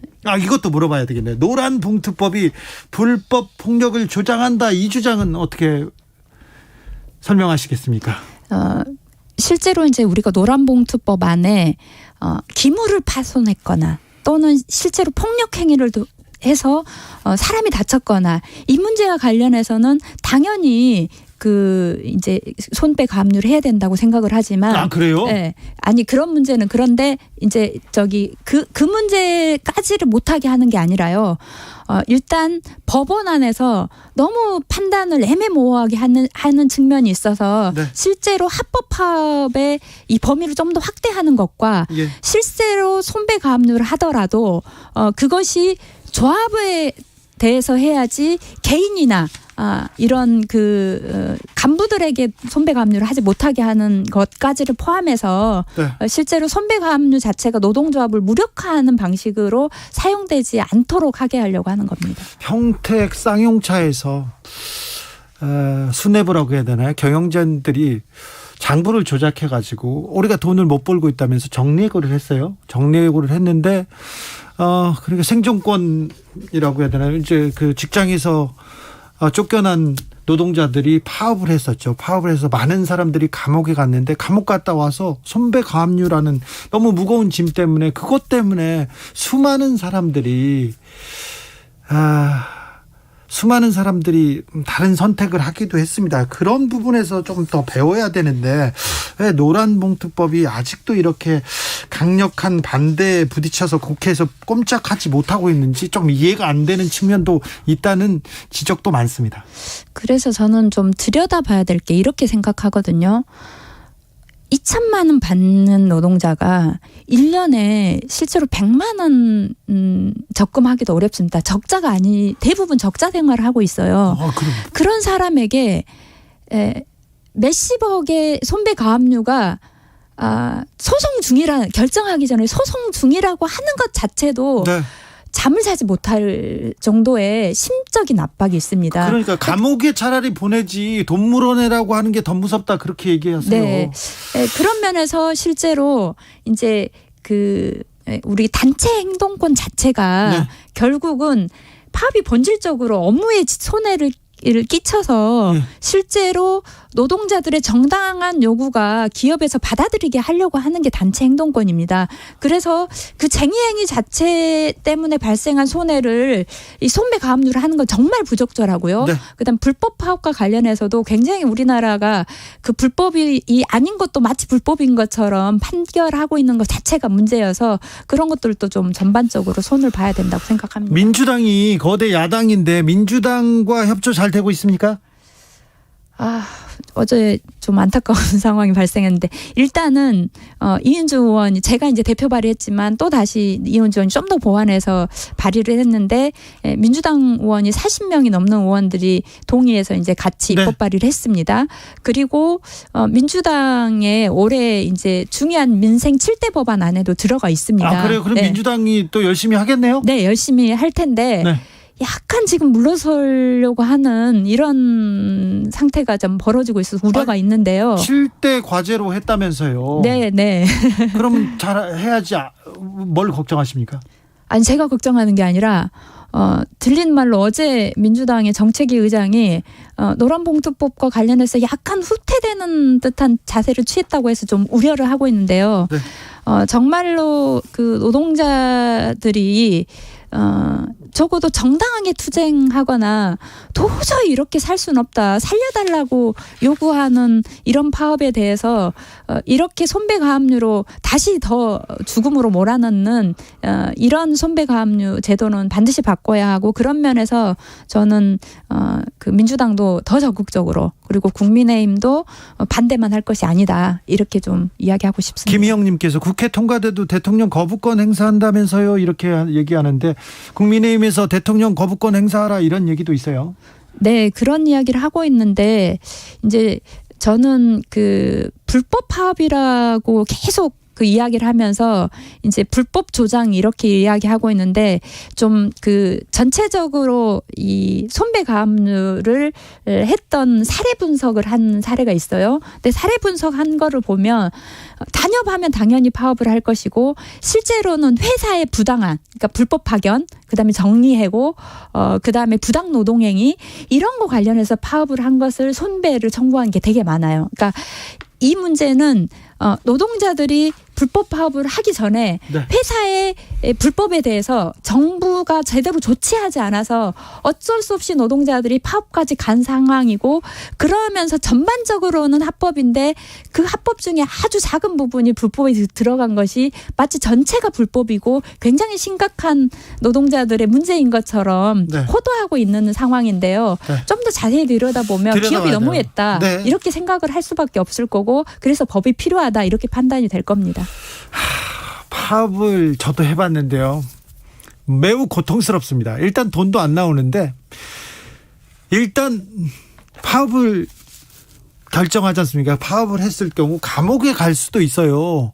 돈도 안 나오고 그럼에도 불구하고 파업을 할 수밖에 없는 그 노동자의 심정도 조금 헤아려 봤으면 하는 생각입니다. 경사노위 그러니까 이제 사측과 노측이 이렇게 대립하고 있을 때 중재해 줄 수 있는 경사노위 위원장에 김문수 전 경기지사 유력하다 이런 보도 나왔던데 어떻게 보세요? 경사노위가 무슨 일을 하는 기관인지 자체를 모르거나 네. 아니면 경사노위를 무력화하겠다는 의도가 아니라고 하면 김문수 씨를 후보로 이야기할 수 없다 이렇게 좀 보고요. 예. 아시겠지만 노동자들이 손배소를 가장 두려워하고 그다음에 민사소송 오래 끌수록 신경이 쓰이고 가정이 파탄나게 된다. 네. 그러니까 오히려 손배 가압류를 더 해야 된다. 이런 이야기를 한 사람이고요. 또 정말로 노동자들은 머리부터 뜯어 고쳐야 된다. 이런 말을 하는 사람이에요. 머리부터 뜯어 고쳐요? 머리의 생각부터 완전히 뜯어 고쳐야 돼. 이런 말을 한 사람인데 이런 이야기를 하는 사람을 경사노위 위원장으로 한다고 하는 것 자체는 진짜 대화를 안 하겠다는 네. 생각이다. 이렇게 보고 너무 부적절한 인사라고 생각합니다. 네, 좀 고민을 하셔야 될 것 같습니다. 김상민님 노동 존중 사회 정의당 부탁합니다 얘기하고요. 서주현님 열심히 일하는 참 국회의원 강은미 의원 반갑습니다. 이렇게 강은미 의원은 열심히 뛰고 있는데 정의당의 존재감이 예전 같지 않다 이런 얘기는 많이 들으시죠? 네네. 자 오죽하면 비례의원 국회의원들 다 사퇴해라 이런 투표까지 붙었어요. 왜 그럴까요? 왜 그 정의당 지지자들 정의당이 그래도 작지만 강한 정당 그리고 여러 이슈 그리고 여러 아젠다를 가지고 이 사회를 앞으로 굴리는데 큰 노력을 하는 집단인데 왜 정의당이 지금 국민들에게 그 지지 관심을 받지 못하고 있다고 보십니까? 네, 이제 정의당의 비호감도가 높아진 때가 언제이냐면 네. 2020년에 이제 그 정치개혁법이 통과되고 나서 네. 이제 그 총선을 할 때 위성정당이 막 생길 때 그때부터가 이제 비호감도가 굉장히 높아졌는데 이제 정의당에서 좀 억울한 면이 있는 게 결론적으로 보면 위성정당 만들면 안 되는 거지 않습니까? 네. 그런데 이제 국민의힘이 위성정당 만든다고 해서 덩달아서 민주당도 만들었고 거기에 합류하지 않는 정의당을 비판하는 그때 목소리가 되게 컸었거든요. 이제 그러면서 그런 비호감도가 좀 많아진 게 있었고 또 이제 이번에 대통령 선거 때 이제 또 비호감도가 좀 높아진 면이 있는데 이제 대통령 선거도 이제 잘 아시겠지만 문재인 대통령의 국정 지지율이 높았는데도 불구하고 또 정권 교체를 바라는 지지율도 굉장히 높았지 않습니까? 그러니까 한편으로는 개혁을 바라는 내용들이 충분하게 개혁하지 못한 게 있는 거고 그런 면에서 정권 교체가 이루어진 면이 있는데 그것이 마치 이제 정의당의 탓인 것처럼 이렇게 되면서 좀 정의당이 어려움이 있고 이제 외부적인 상황 그렇습니다. 내부적인 상황으로는 이제 노회찬 의원님이 이제 돌아가시고 나서 어떻게 보면 그 시민들한테 공감 가는 이야기를 잘하는 정치인이 이제 좀 드러나지 못하면서 정의당이 많이 언론에서 이제 존재감이 좀 적어진 측면이 있고 그러다 보니 정의당이 어떤 것을 추구하고 있고 또 어떤 내용들을 진행하면서 네. 이유가 무엇인지를 잘 전달하지 못한 부분이 있어요. 네. 그런 부분에 대해서는 좀 아쉽고 안타까운 상황입니다. 억울하다. 어려움이 있다. 그런데 우리나라는 양당 거대 양당제였지 않습니까? 정의당이 그렇게 쉬웠던 적은 없어요. 네, 그렇습니다. 그렇잖아요. 네. 그래도 지몬미 얘기도 나오고 정의당이 하면 응원한다. 지켜주지 못해서 미안하다. 이런 얘기도 나왔는데 지금 거의 재창당을 결의하고 다시 태어나겠다고 하는데 정의당에 대한 관심조차 이렇게 많지 않은 걸 보면 이거는 억울하고 어렵더라도 뭔가를 좀 달리 돌파구를 모색해야 될 것 같습니다. 네. 그래서 이제 재창당 이야기가 나오는 것도 전체적으로 우리가 10년을 이제 다 평가하지, 비대위 기간이 원체 짧아 다 평가하지 못했지만 실제로 우리가 어떤 부분을 놓치고 있었는지, 그리고 늘 소수였지만 좀 더 강하게 시민들을 대변하면서 그래도 시민들의 동의를 얻었던 부분이 있었는데, 각자 소소하게는 일을 잘하고 있지만 이 소소하게 일 잘하는 것보다는 같이 힘을 합쳐서 좀 더 세게 시민들의 목소리를 전달하는 게 필요한데 이런 부분은 우리가 좀 부족하지 않았나 하는 생각이 들어서 뭐 강령 뭐 또는 뭐 정당 당명을 포함해서 전반적으로 돌아보면서 우리 의원들의 역할도 좀 더 높이는 것을 하려고 고심하고 있습니다. 소소하게 열심히 하고 있는 건 알겠지만 옛날에는 정의당 의원들이 뭐 노회찬 의원도 그랬고 심상정 의원도 그렇고 어디에서나 어떤 이슈를 주도하고 있었는데 지금은 심상정 안 보입니다. 네. 그다음에 또 류호정 안 보입니다. 또 누구 있죠? 네, 배진경 의원님, 장혜영 의원님, 이은주 의원님. 네, 잘 안 보입니다. 네. 일단 좀 자주 뵙겠습니다. 네, 자주 뵙겠습니다. 응원하는 사람들 많습니다. 그러니까 힘내시고요. 네, 정의당의 존재감. 네, 양당 거대 양당을 이끌고 가던 그런 정의당의 존재감 다시 한번 좀 보여달라 이런 분들 많다는 거. 네, 좀 새겨주십시오. 네, 이번에 국감에서 제대로 된 모습을 좀 보여드리겠습니다. 정의당 지켜봐 주십시오. 강은미 의원과 이야기 나눴습니다. 감사합니다. 네, 감사합니다. 정치 피로, 사건 사고로 인한 피로, 고달픈 일상에서 오는 피로. 오늘 시사하셨습니까? 경험해보세요. 들은 날과 안 들은 날의 차이. 여러분의 피로를 날려줄 저녁 한 끼 시사. 추진우 라이브.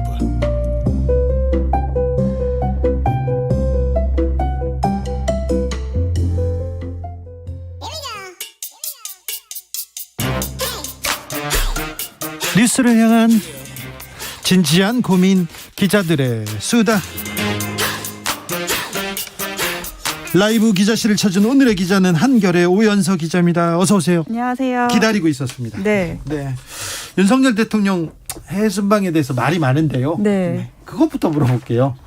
천공 스승은 왜 뉴욕에 왜 갔대요? 오늘 천공 스승의 강연이라고 해야 될까요? 그 영상을 올리는 그 업체에서 이제 발표한 걸로는 뭐 일정이 있어서 간 거라고. 네. 저도 그 뉴스나 뭐 공식적인 입장으로밖에 못 들어서 왜 갔는지 기자들이 수근수근 할 거 아니에요. 왜 갔대? 절묘하긴 하다. 그 타이밍이.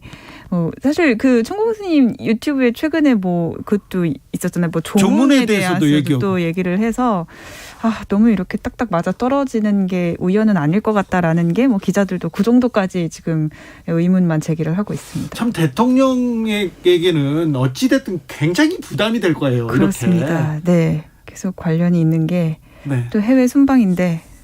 천공스승의 지금 뭐라고 종횡무진 누비고 다니고 모든 이슈에 대해서 언제부터 스승이라는 분께서 정치에 대해서 조문에 대해서 막 그런 얘기를 하시는지 참 이게 그냥 뭐라고 해야 되나 역술하시는 분의 그냥 돈벌이인지 아니면 정말 조언인지 이거 굉장히 대통령실에 부담이 됩니다.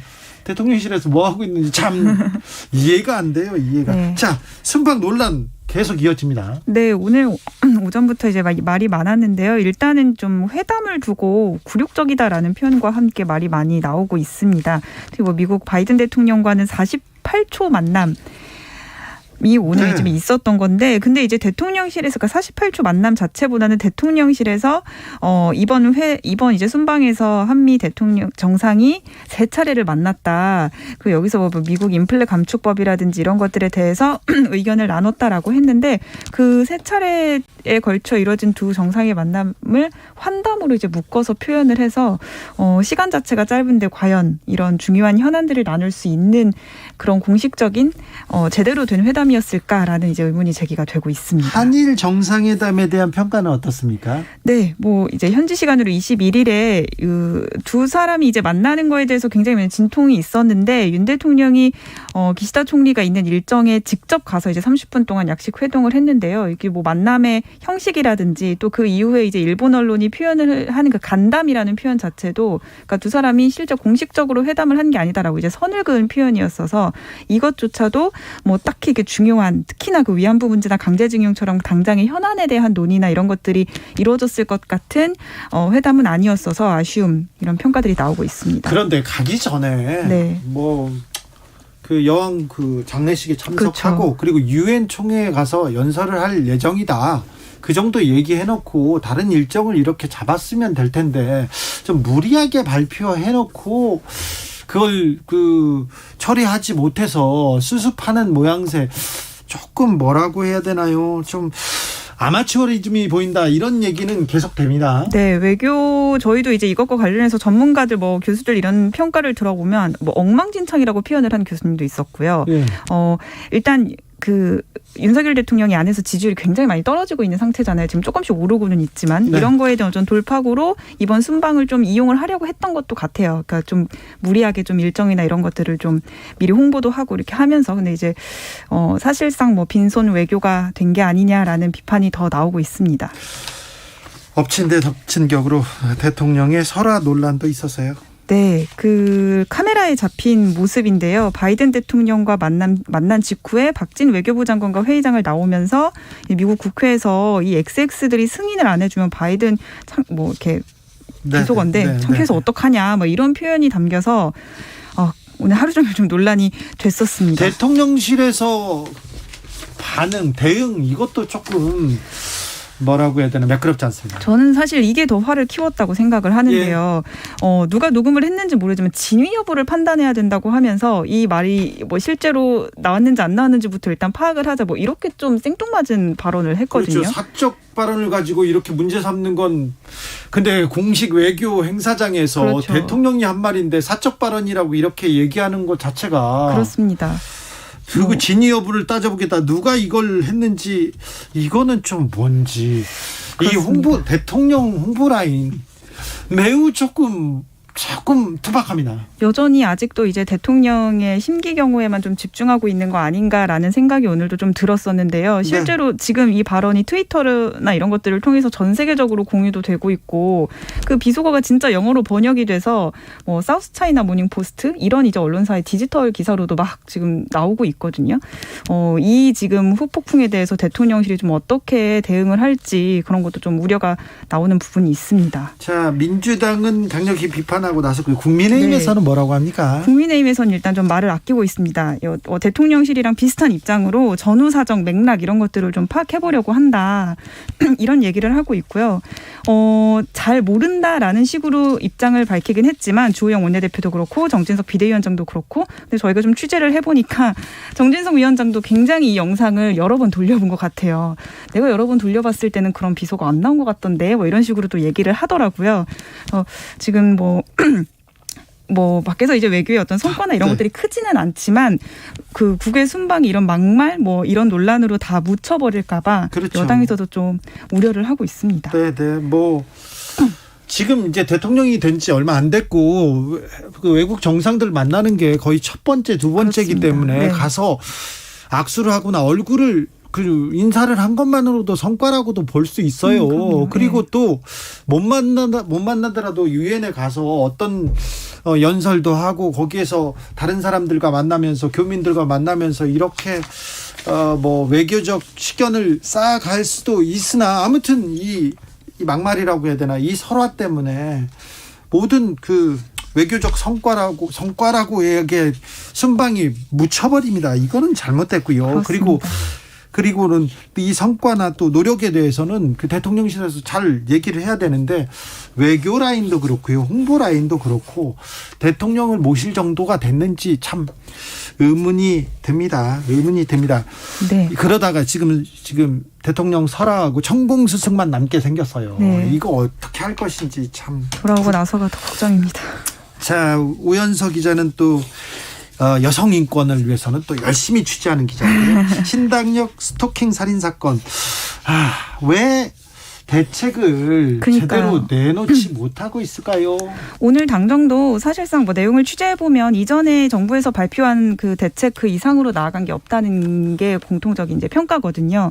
그리고 또 아쉬웠던 거는 보통은 이제 이런 큰 사건이 나타나면 당정이 빨리 긴급 당정을 이제 개최를 해서 거기서 어떤 대책을 이제 좀 만들어내고 해야 되는데 지금 그렇죠. 뭐 이런 사고가 나오면 외양간 고치겠다고 뭐라도 맞습니다. 해요. 그런데 네. 왜 그런 것도 안 합니까? 10일이나 지나서 이렇게 당정을 연 것도 굉장히 늦장대처라는 비판을 받고 있고요. 예? 오늘 뭐 나온 얘기도 결국에는 이제 그때 법무부에서 발표했었던 반의사 불벌죄 규정 폐지 여기 이제 공감대를 좀 모았다고 하고요. 근데 이 정도네요. 그렇습니다. 이 정도가 이제 좀 유의미한 이제 내용인 거고 사실 이번 사건에서는 피해자가 초반부터 뭐 스마트워치도 부여받지 못했고 피해자 보호 조치가 굉장히 좀 소홀했었던 거잖아요. 네. 이거에 대한 이제 조치를 마련해야 된다라고 이제 얘기를 하고 있는데 뭐 경찰이나 수사기관에서는 피해자가 원치 않는 상황에서 우리가 뭔가 더 적극적으로 나설 수 있는 게 없다. 이런 좀 기존의 논의를 계속 반복하고 있는 상황이어서 25일에 이제 고위당정 협의회를 열어서 구체적인 대책을 논의하긴 할 건데 이 이상으로 뭔가 새로운 게 나올지는 미지수입니다. 저도 이런 취재 많이 해봤는데요. 스토킹 피해자 그리고 또 성 관련된 피해를 본 여성하고 이렇게 경찰서에 갔어요. 기자하고 가면 또 열심히 맞아요. 좀 해줄 거 해서 네네. 갔는데 네. 결국 이제 제가 돌아가지 않습니까? 그러면 전화해가지고 아유 좋은 게 좋은 건데요. 그러면서 합의하라고. 이거 사건 해도 처리 안 돼요. 이렇게 얘기하는 그런 경찰에서는 현장에서는 그렇게 되거든요. 이거 경찰도 그렇고요. 여야 모두 비판해서 자유로울 수 없어요. 지금껏 하루에 몇 건씩 생기지 않습니까? 네. 언제까지 그 피해자를 그냥 보고만 있을 겁니까? 스토킹 처벌법 자체가 생긴 지도 얼마 안 되고 스토킹이 범죄다라는 인식이 생긴 지도 아직도 그게 이제 사회적으로 이제 잘 정립이 되지 않은 상태인 건데 16일 그러니까 사건이 일어난 뒤에 지난 4월에 국회에 회부된 뒤에 지난 16일에 처음으로 스토킹 피해자 보호법을 입법 논의를 이제 국회 여가위에서 이제 시작을 했거든요. 네. 사건이 발생하니까 시작을 한 거고 또 한동훈 법무부 장관도 반의사 불벌 규정을 폐지하는 법률 개정을 추진하겠다는 것도 사건 뒤에 나타난 발언한 얘기이고요. 네. 그래서 굉장히 좀 뒤늦게 움직이고 있다는 생각이 들고 말씀하셨다시피 이제 경찰이 적극적으로 초기 수사 단계에서부터 움직여야 되는데 이런 건 뭐 경찰도 나름대로 어쨌든 법령이나 규정이었으면 적극적으로 움직이기가 쉽지 않은 조직이기 때문에 그리고 여기에 또 여가부는 폐지한다고 하죠. 여가부 장관은 여성 혐오 범죄 아니라고 얘기하고 있죠. 참. 좀 이제 적절하지 않은 그런 이제 후속 대처가 나오고 있는데 그래도 이제 국민의힘이 여가부 폐지나 이런 것들을 공약해서 여성 지지율을 잃었던 경험이 있기 때문에 이번엔 좀 적극적으로 나서지 않을까 하는 약간의 기대는 가지고 있습니다. 네, 기대하면서 계속 좀 취재를 하면서 국민의힘도 열심히 나서라고 좀 뛰어야 될 것 같습니다. 10번 찍어 안 넘어간 남도 10번 찍다가 감옥 갑니다. 범죄입니다. 싫다고 하면 거기서 멈춰야 됩니다. 그래야죠. 맞습니다. 네. 그렇죠. 얘기를 해가지고 싫다 그럼 멈춰야죠. 네. 알겠습니다. 한겨레 오연서 기자 함께했습니다. 감사합니다. 감사합니다. 교통정보센터 다녀오겠습니다. 오수미 씨. 네, 시각 교통정보입니다. 퇴근길 정체 절정에 달해 있는데요. 지금 서해안고속도로 서울 방향은 평소보다 차들이 훨씬 많은 모습입니다. 운산터널에서 서산까지 막히고 있고요. 서평택에서 팔탄 분기점까지는 무려 16km나 정체입니다. 비봉에서 순산터널까지도 11km 구간 밀리고 있는데요. 순산터널 부근 2차로에는 고장난 차도 서 있어서 차로 변경에 유의를 해주셔야겠습니다. 광명역을 지나 금천까지도 교통량이 많고요. 평택 시흥간고속도로 시흥 방면은 송산 나도 일대에서만 6km 정도 밀리고 있습니다. 수도권 제일순환고속도로 구간 많이 밀리고 있지만 유독 정체가 더 긴 구간은 일산에서 판교 쪽, 일산에서 송내까지입니다. 18km나 정체 길이가 가장 길고요. 반대 판교 일산 방향으로도 안현분기점에서 중동까지 12km, 통일로에서 송추까지는 10km 구간에서 막히고 있습니다. KBS 교통정보센터였습니다.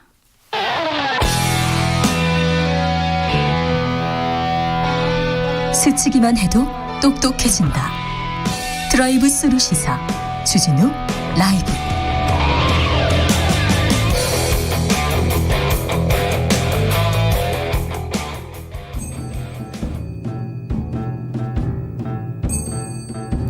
태초에 철학이 있었다.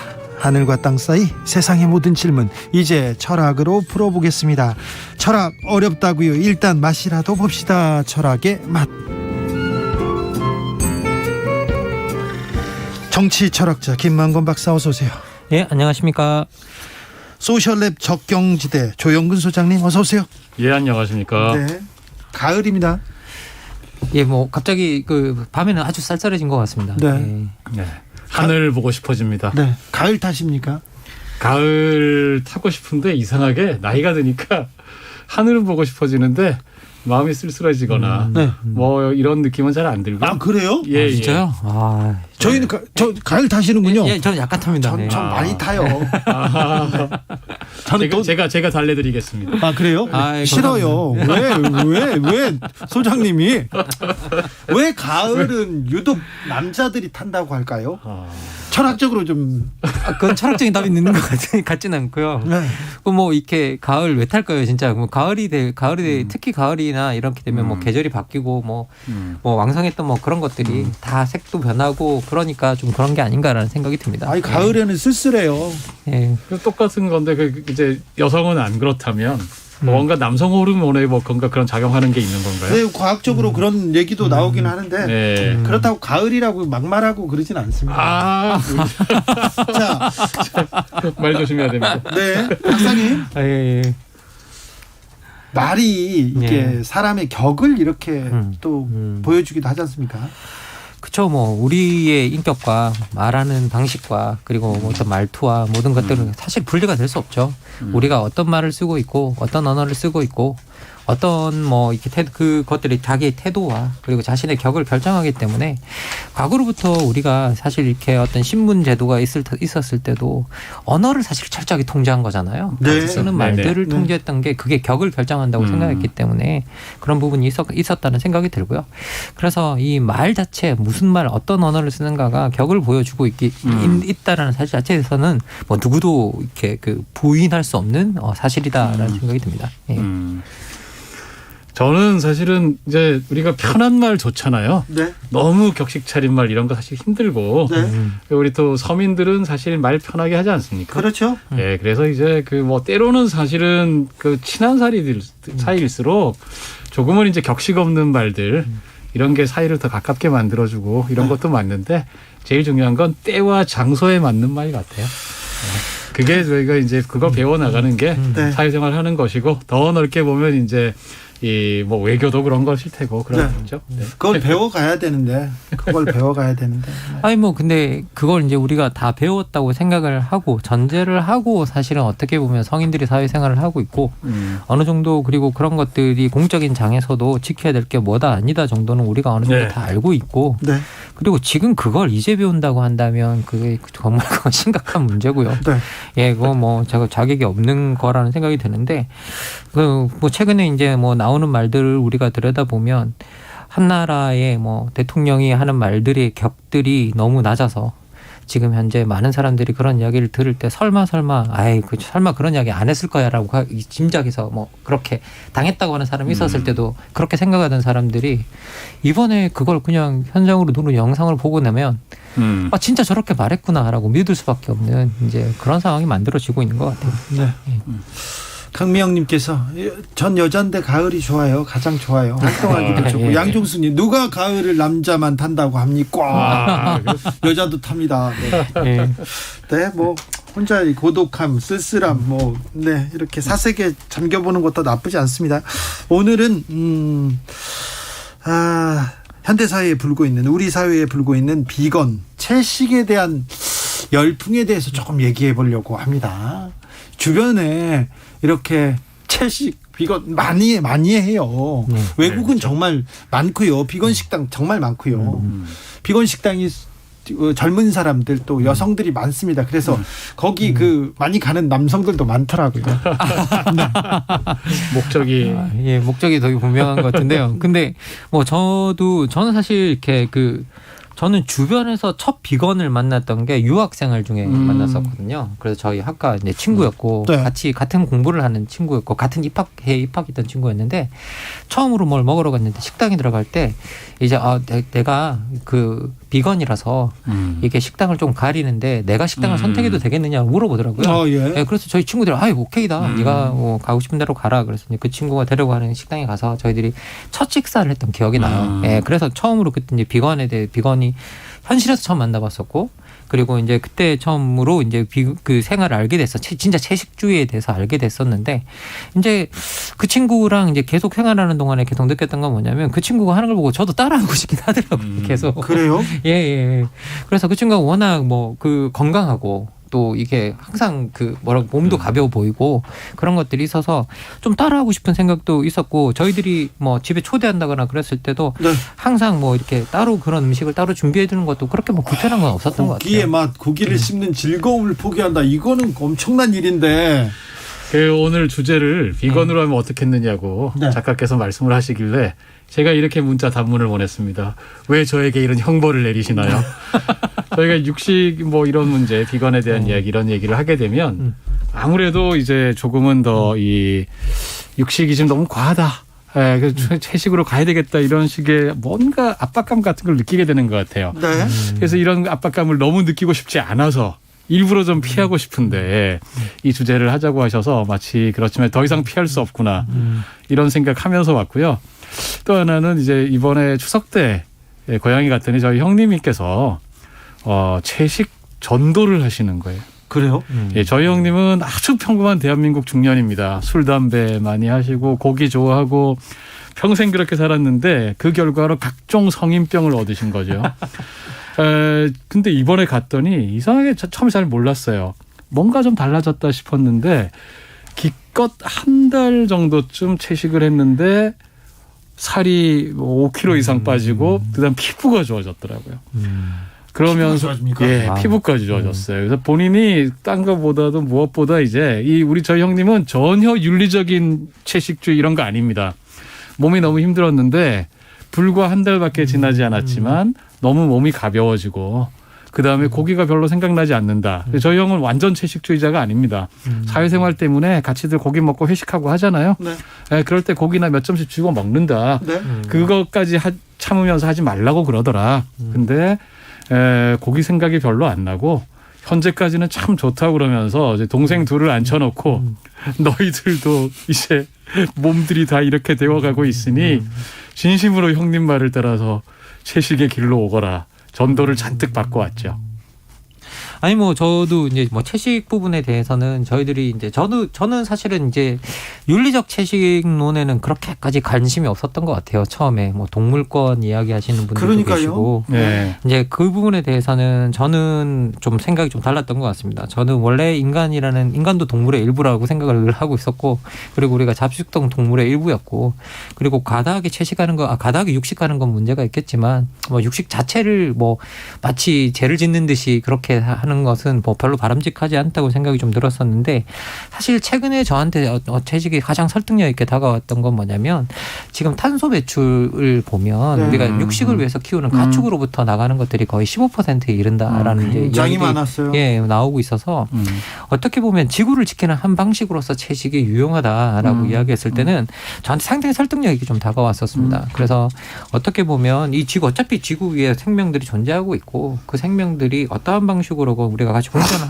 한다라는 넓은 차원에서 본다면 이게 채식이라는 이 부분이 좀 설득력 있게 다가왔고 우리가 실천할 만한 가치가 충분히 있다라는 생각이 듭니다. 예. 네. 그래서 저는 그런 생각 들더라고요. 이렇게 저희가 채식 이야기 나오면 상당히 그걸 윤리적인 측면에서만 네. 접근하려고 하는 그런 시도들이 좀 있어요. 이게 옳은 행동이야 아니야 도덕적으로 나쁜 행동이야 막 이거 가지고 싸움이 하기 쉬운데 보면 저희 형처럼 건강 때문에 하는 사람들이 상당히 많습니다. 그다음에 또 하나는 우리 환경, 지구 환경에 나쁘기 때문에 하는 것도 사실은 윤리적인 것이긴 하지만 좀 맥락이 다르죠. 또 하나 보면 사실은 저희가 전통적인 종교, 예를 들면 불교가 살생을 금하지 않습니까? 네. 육식을 금하지 않습니까? 이것도 그 나름대로 우리가 이 살생을 금하면서 모든 생명을 아낀다라고 하는 그런 식의 맥락에서 사실은 채식을 하는 분들도 있을 거란 말이죠. 네. 그래서 저희가 논의를 너무 좁혀서 이게 윤리적으로 옳은 행동이냐 아니냐 네. 그 논의도 물론 할 수 있겠지만 네. 훨씬 더 넓은 지평에서 다양한 측면에서 할 수 있는 주제다 이런 네. 생각이 들어요. 그러니까요. 윤리 문제 계속 연관하는데 거기까지 그것도 주장이니까. 네. 저는 저도 이런 게 가끔 걸리는데 저는 조금 먹는 편이거든요. 네, 제 친구 김어준이라고 있는데요. 많이 먹어요. 고기를요. 아침에도 먹고 점심도 먹고 점심에 점심 이식을 하면서 고기를 2번 구워 먹는 그런 사람은 좀 지탄 받아야 되는데 저는 조금 먹거든요. 근데 윤리 계속 얘기하더라고요. 채식과 금욕 이렇게 또 그런 얘기도 나오고 동물 실험 반대, 동물권 계속 얘기 나오는데 계속 육식이 요새 그래가지고 불쾌한 식량이 좀 되어버리는 걸까요? 얘기도 합니다. 최기현님께서 비건 좋은 건 인정합니다. 너무 어려워요. 그런데 상추 사러 가서 고기도 같이 고르는 제가 미워요. 얘기합니다. 조성빈님 고기 끊을 수 없어서 일정 부분 대체육 소비 중인데요. 말 안 하고 먹으면 진짜 고기 같습니다. 이렇게 얘기하시는데 요새는 또 그런 분들도 많더라고요. 예. 이제 채식주의가 상당히 다양하더라고요. 예, 보니까 맞습니다. 완전 채식주의자들도 있지만 네. 거기에 비해서 이제 계란은 먹는 분들, 네. 또 우유와 유제품은 먹는 분들, 해산물은 먹는 분들, 그 다음에 또 이제 생선은 먹는 분들. 나중에 가면 제일 저는 사실 그게 제 꿈인데 플렉시테리안이라고 부르는 분들이 있더라고요. 한국어로 번역할 때는 어떻게 해야 될지 모르겠지만 유연하게 경우에 따라서는 육고기도 먹는다. 그러니까 하지만 기본적으로는 채식을 지향한다. 이런 분들까지 포함해서 이 채식의 범위가 굉장히 다양해서 사실 어떻게 보면 처음부터 우리가 완전 채식을 해야 돼. 살생은 전부 다 나빠라고 하는 이런 태도보다는 조금은 지금 사실은 아까 말씀하셨지만 저희가 한국이 서양 나라들에 비하면 그래도 육식을 덜하지만 훨씬 덜한 통계상으로 보면 정말 급증하고 있다는 거죠. 고기 소비가. 그래서 그렇게 생각을 해보면 좀 우리도 좀 줄여나가는 게 필요하지 않을까 이런 생각합니다. 또 육식주의자들은요. 또 나는 그 대신 채소를 안 먹어 그렇게 주장하는 말도 안 되는 주장을 하는 사람도 있습니다. 김어준이 그렇습니다. 예, 완전 육식주의자가 실제로 있더라고요. 네. 그런 것들이 실제로 존재도 하고 그러는 걸 봤는데 저는 이렇게 뭐가 옳다 안 옳다 이렇게 윤리론으로 가는 거로 해가지고 뭘 문제를 해결하는 건 별로 바람직하지 않다라는 생각이 들고요. 그리고 이렇게 우리가 어떤 윤리론이 돼버리면 어떤 도덕적 우월론이 돼버리는 때도 있거든요. 그래서 내가 채식을 함으로써 너보다 도덕적으로 더 우월하다라는 식의 논리로 가버리면 그런 것들이 오히려 채식의 확산에 장애가 될 수 있다고 생각합니다. 방해물이 될 수 있다고 생각합니다. 그래서 저는 개인적으로는 제 주변에 이렇게 채식주의자 여러 명이 있었어요. 제가 대학교 1학년 때부터 만나기 시작했는데 그들 중에서는 아무도 그런 분이 없었어요. 사실 저도 제 주변에 그런 분이 아무도 없었거든요. 그러니까 채식이 도덕적으로 오라고 너네 고기 먹는 너네는 도덕적으로 나빠. 이런 이야기를 하는 사람이 제 주변에는 아무도 없었습니다. 근래 들어서 나오긴 했는데 그런데 채식주의자분들이 좀 온순하고 착한 분들이 많아요. 또 오히려 저는 그래서 사실은 이제 미디어라든지 이런 데서 때로 좀 과격해 보이는 채식 운동 있잖아요, 그죠? 그런 분들이 어떻게 보면 사실은 이제 채식에 대한 환기. 그냥 좋은 말로 해가지고는 사실은 잘 줄이기 쉽지 않지 않습니까? 그런 면도 있을 것 같고 그것이 이를테면 채식을 먹자라고 하는 주장에 전부 다 이렇게 저희가 받아들일 필요는 없을 것 같아요. 네. 조현수님께서 채식 다 좋은데 성장기 아이들은 급식이라 선택권이 없는 군인들은 어떻게 합니까? 채식을 강요하진 말았으면 좋겠습니다. 우리 그렇게 강요하지는 않습니다. 네. 우리도 지금 뭐가 옳다, 뭐가 다르다 그런 얘기를 하고 있는 건 아닙니다. 예, 맞습니다. 그 바깥으로 나가서 이 논의를 조금 더 뭐가 우리의 사는 지구나 환경이나 우리의 삶을 조금 더 향상시켜주는가 차원에서 이야기를 해보는 게 더 바람직하지 않나라는 이야기를 저희들도 하고 있고요. 네. 아마 현실적으로는 우리 조금 전에 김만권 선생님 얘기하신 것처럼 환경 측면의 문제가 이 지금 사실은 공장식 축산을 통해서 나오는 탄소, 그러니까 메탄과 이산화탄소 이런 것들의 양이 심지어 자동차가 배출하는 것보다 더 많다. 이런 연구까지 나올 정도라. 아니 그러니까 그 연구를 보고 매우 놀랐는데 아니 동물에서 나오는 뭐라고 해야 되나 그 가스가 그렇게 나쁜 겁니까? 그 동물에서 나오는 가스뿐만 아니라 그 안에는 우리가 사료를 만들면서 나오는 가스도 포함이 사실 그렇죠. 되는 거예요. 그렇죠. 네, 네, 그런 그렇죠. 것들이 다 포함이 돼서 그걸 계산해 보면 정말 그게 막대한 양이 배출이 되고 있다라고 이야기를 특히 소가 이제 제일 심하다 그러는데 소 같은 경우는 소가 먹는 것이 15 중에 1 정도를 우리가 고기로 먹게 되고 15 정도가 들어간다라는 것이죠. 아, 네. 예, 그래서 상당히 이제 쉽게 말하면 자원이라는 측면에서 낭비적이고 엄청나게 많은 이제 이 유해 물질들을 배출하게 되는 이런 것이어서 저희가 사실 참 소고기 맛있는데 예, 참 저도 소고기는 비싸서 자주는 먹지 못합니다. 없어서 못 먹죠. 그렇죠. 없어서 못 먹죠. 이게 사실 영어에서 우리가 흔히 불시시라고 표현을 하잖아요. 네. 근데 이게 왜 그러냐면 소똥 냄새가 제일 지독해서 그렇게 이야기를 한대요. 소똥 냄새 지독한 건 확실합니다. 네. 그래서 이제 그 안에 많은 이제 그 유해 물질이 들어있다라는 거죠. 생각해 보면 이제 그런 방식으로 이야기를 하는 걸 들어보면 실제 여기서 뭐 배출되는 그런 것과 과학적으로는 모르겠지만 이게 서로 연관돼 있지 않나라는 생각이 좀 듭니다. 예. 닭에 그건 더 냄새가 지독한데 그건 왜 안 했을까? 네, 근데 저는요 동물 실험 있지 않습니까? 네. 동물 실험 인간의 이익을 위해서 많이 희생된 동물들 이런 동물권에 대해서는 조금 더 좀 주장할 필요가 있지 않았나 그렇게 또 좀 생각해 봅니다. 인간을 위해서 희생되는 동물들이 너무 많아요. 맞습니다. 뭐 실험으로 이제 희생되는 그런 동물들에 대해서 우리가 어떻게 보면 최소한의 고통을 줄이고 그리고 그 뭐 실험 대상들을 줄여나가고 그래야만 하는가에 대해서는 오래전부터 사실은 논의가 되어왔던 문제고요. 이거 뭐 비거니즘을 넘어서 우리가 생명을 대하는 자세에 관련돼 있는 부분인 것 같고요. 그래서 사실 이거 이제 제가 우리 철학자이신 김만권 선생님 앞에서 좀 주름을 좀 잡아보자면 이게 이제 우리가 인간은 수단적인 존재가 아니잖아요. 우리가 목적적인 존재다. 이런 이야기를 하는데 사실 생각해 보면 동물이 그러면 인간의 수단이냐.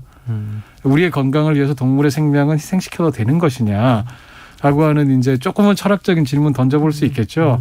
그게 이제 사실 이거 굉장히 어려운 질문이어서 제가 뭐 여기에 답이 있다기보다는 저희가 할 수 있다면 그 희생을 최소화시키는 게 옳지 않겠느냐. 지금은 일단 하나는 보니까 그 동물 실험을 대체할 수 있는 많은 기술적인 방법들, 뭐 인간의 세포를 배양한다든지 아니면 컴퓨터 시뮬레이션을 한다든지 다양한 그런 방법들이 꽤 많이 발전돼 있다. 그다음에 어차피 동물 실험을 하는 게 인간과 동물 사이에 유전자적 유사성이 있기 때문에 동물 실험이 상당히 그 인간에게서 비슷하게 재현될 거다라는 믿음이 있는 거잖아요. 근데 거기에 대해서 뭐 제가 이거는 권위 있는 무슨 이 발언은 아닙니다. 제가 읽은 거에 따르면 그 동물 실험을 통한 이 유사성이라고 하는 게 통계적으로 보면 굉장히 낮다는 거예요. 1-2% 수준밖에 안 된다. 그래서 많은 것을 거의 대부분을 사실은 꼭 필요하다는 것 제외하면 다들 다른 종류의 실험으로 시뮬레이션으로 대체할 수 있다. 이런 주장들이 만만치 않게 있더라고요. 그래서 저희가 검토해 봐야 되겠다 이런 생각합니다. 동물권에 대한 또 인식은 계속 하기 시작하는데 식물권은 없습니까? 뭐 그러니까 이제 식물권에 관해서 이야기하시는 분들도 계시고요. 실제로 뭐 동물이 고통을 느끼면 떨어진 낙과만 먹는다는 분들이 계시죠. 고통을 느낀다고 해서 떨어진 낙과만 먹는 프루테리안들도 있고요. 그래요? 예. 그래서 이제 비건보다 한 발짝 더 나간 거죠. 프루테리안이라고 실제로 있습니다. 식물도 고통을 느끼기 때문에. 어렵습니다. 어렵네요. 도덕적으로 사는 게 좀 힘들군요. 예. 아니 뭐 이렇게 그래서 아까도 계속 말씀드렸지만 이게 하나의 이게 채식이 도덕론이 되면 그리고 이게 뭔가 채식을 운동으로 확장시키자고 우리가 만약에 노력을 했을 때 이게 도덕론이 되면 다시 더 무거운 엄격한 도덕론으로 다시 부메랑으로 돌아올 확률이 너무 크기 때문에 이걸 도덕론이나 이런 것보다는 조금은 지구를 더 낫게 만들고 그리고 우리 삶의 환경과 우리 건강을 개선하는 방향으로 이야기를 전개시켜 나가는 게 조금 더 바람직한 방향이 아닐까라고 저희 개인적으로는 그렇게 생각합니다. 네. 예. 바르게 산다는 것은 제가 한 말씀만 덧붙이고 싶은데 이런 이야기할 때 잘못하면 뭐 아니면 도식으로 접근하면 안 된다고 생각해요. 예, 맞습니다. 할 수 있는 만큼 하자. 할 수 있는 만큼 하는 자기 것입니다. 자기 기준대로. 예, 그럼요. 김만고 박사님, 조영근 소장님 오늘도 감사했습니다. 고맙습니다. 감사합니다. 네, 주진우 라이브 여기서 인사드리겠습니다. 돌발 퀴즈의 정답은 1번 프랑스였습니다. 저는 내일 오후 5시 5분에 돌아오겠습니다. 지금까지 주진우였습니다.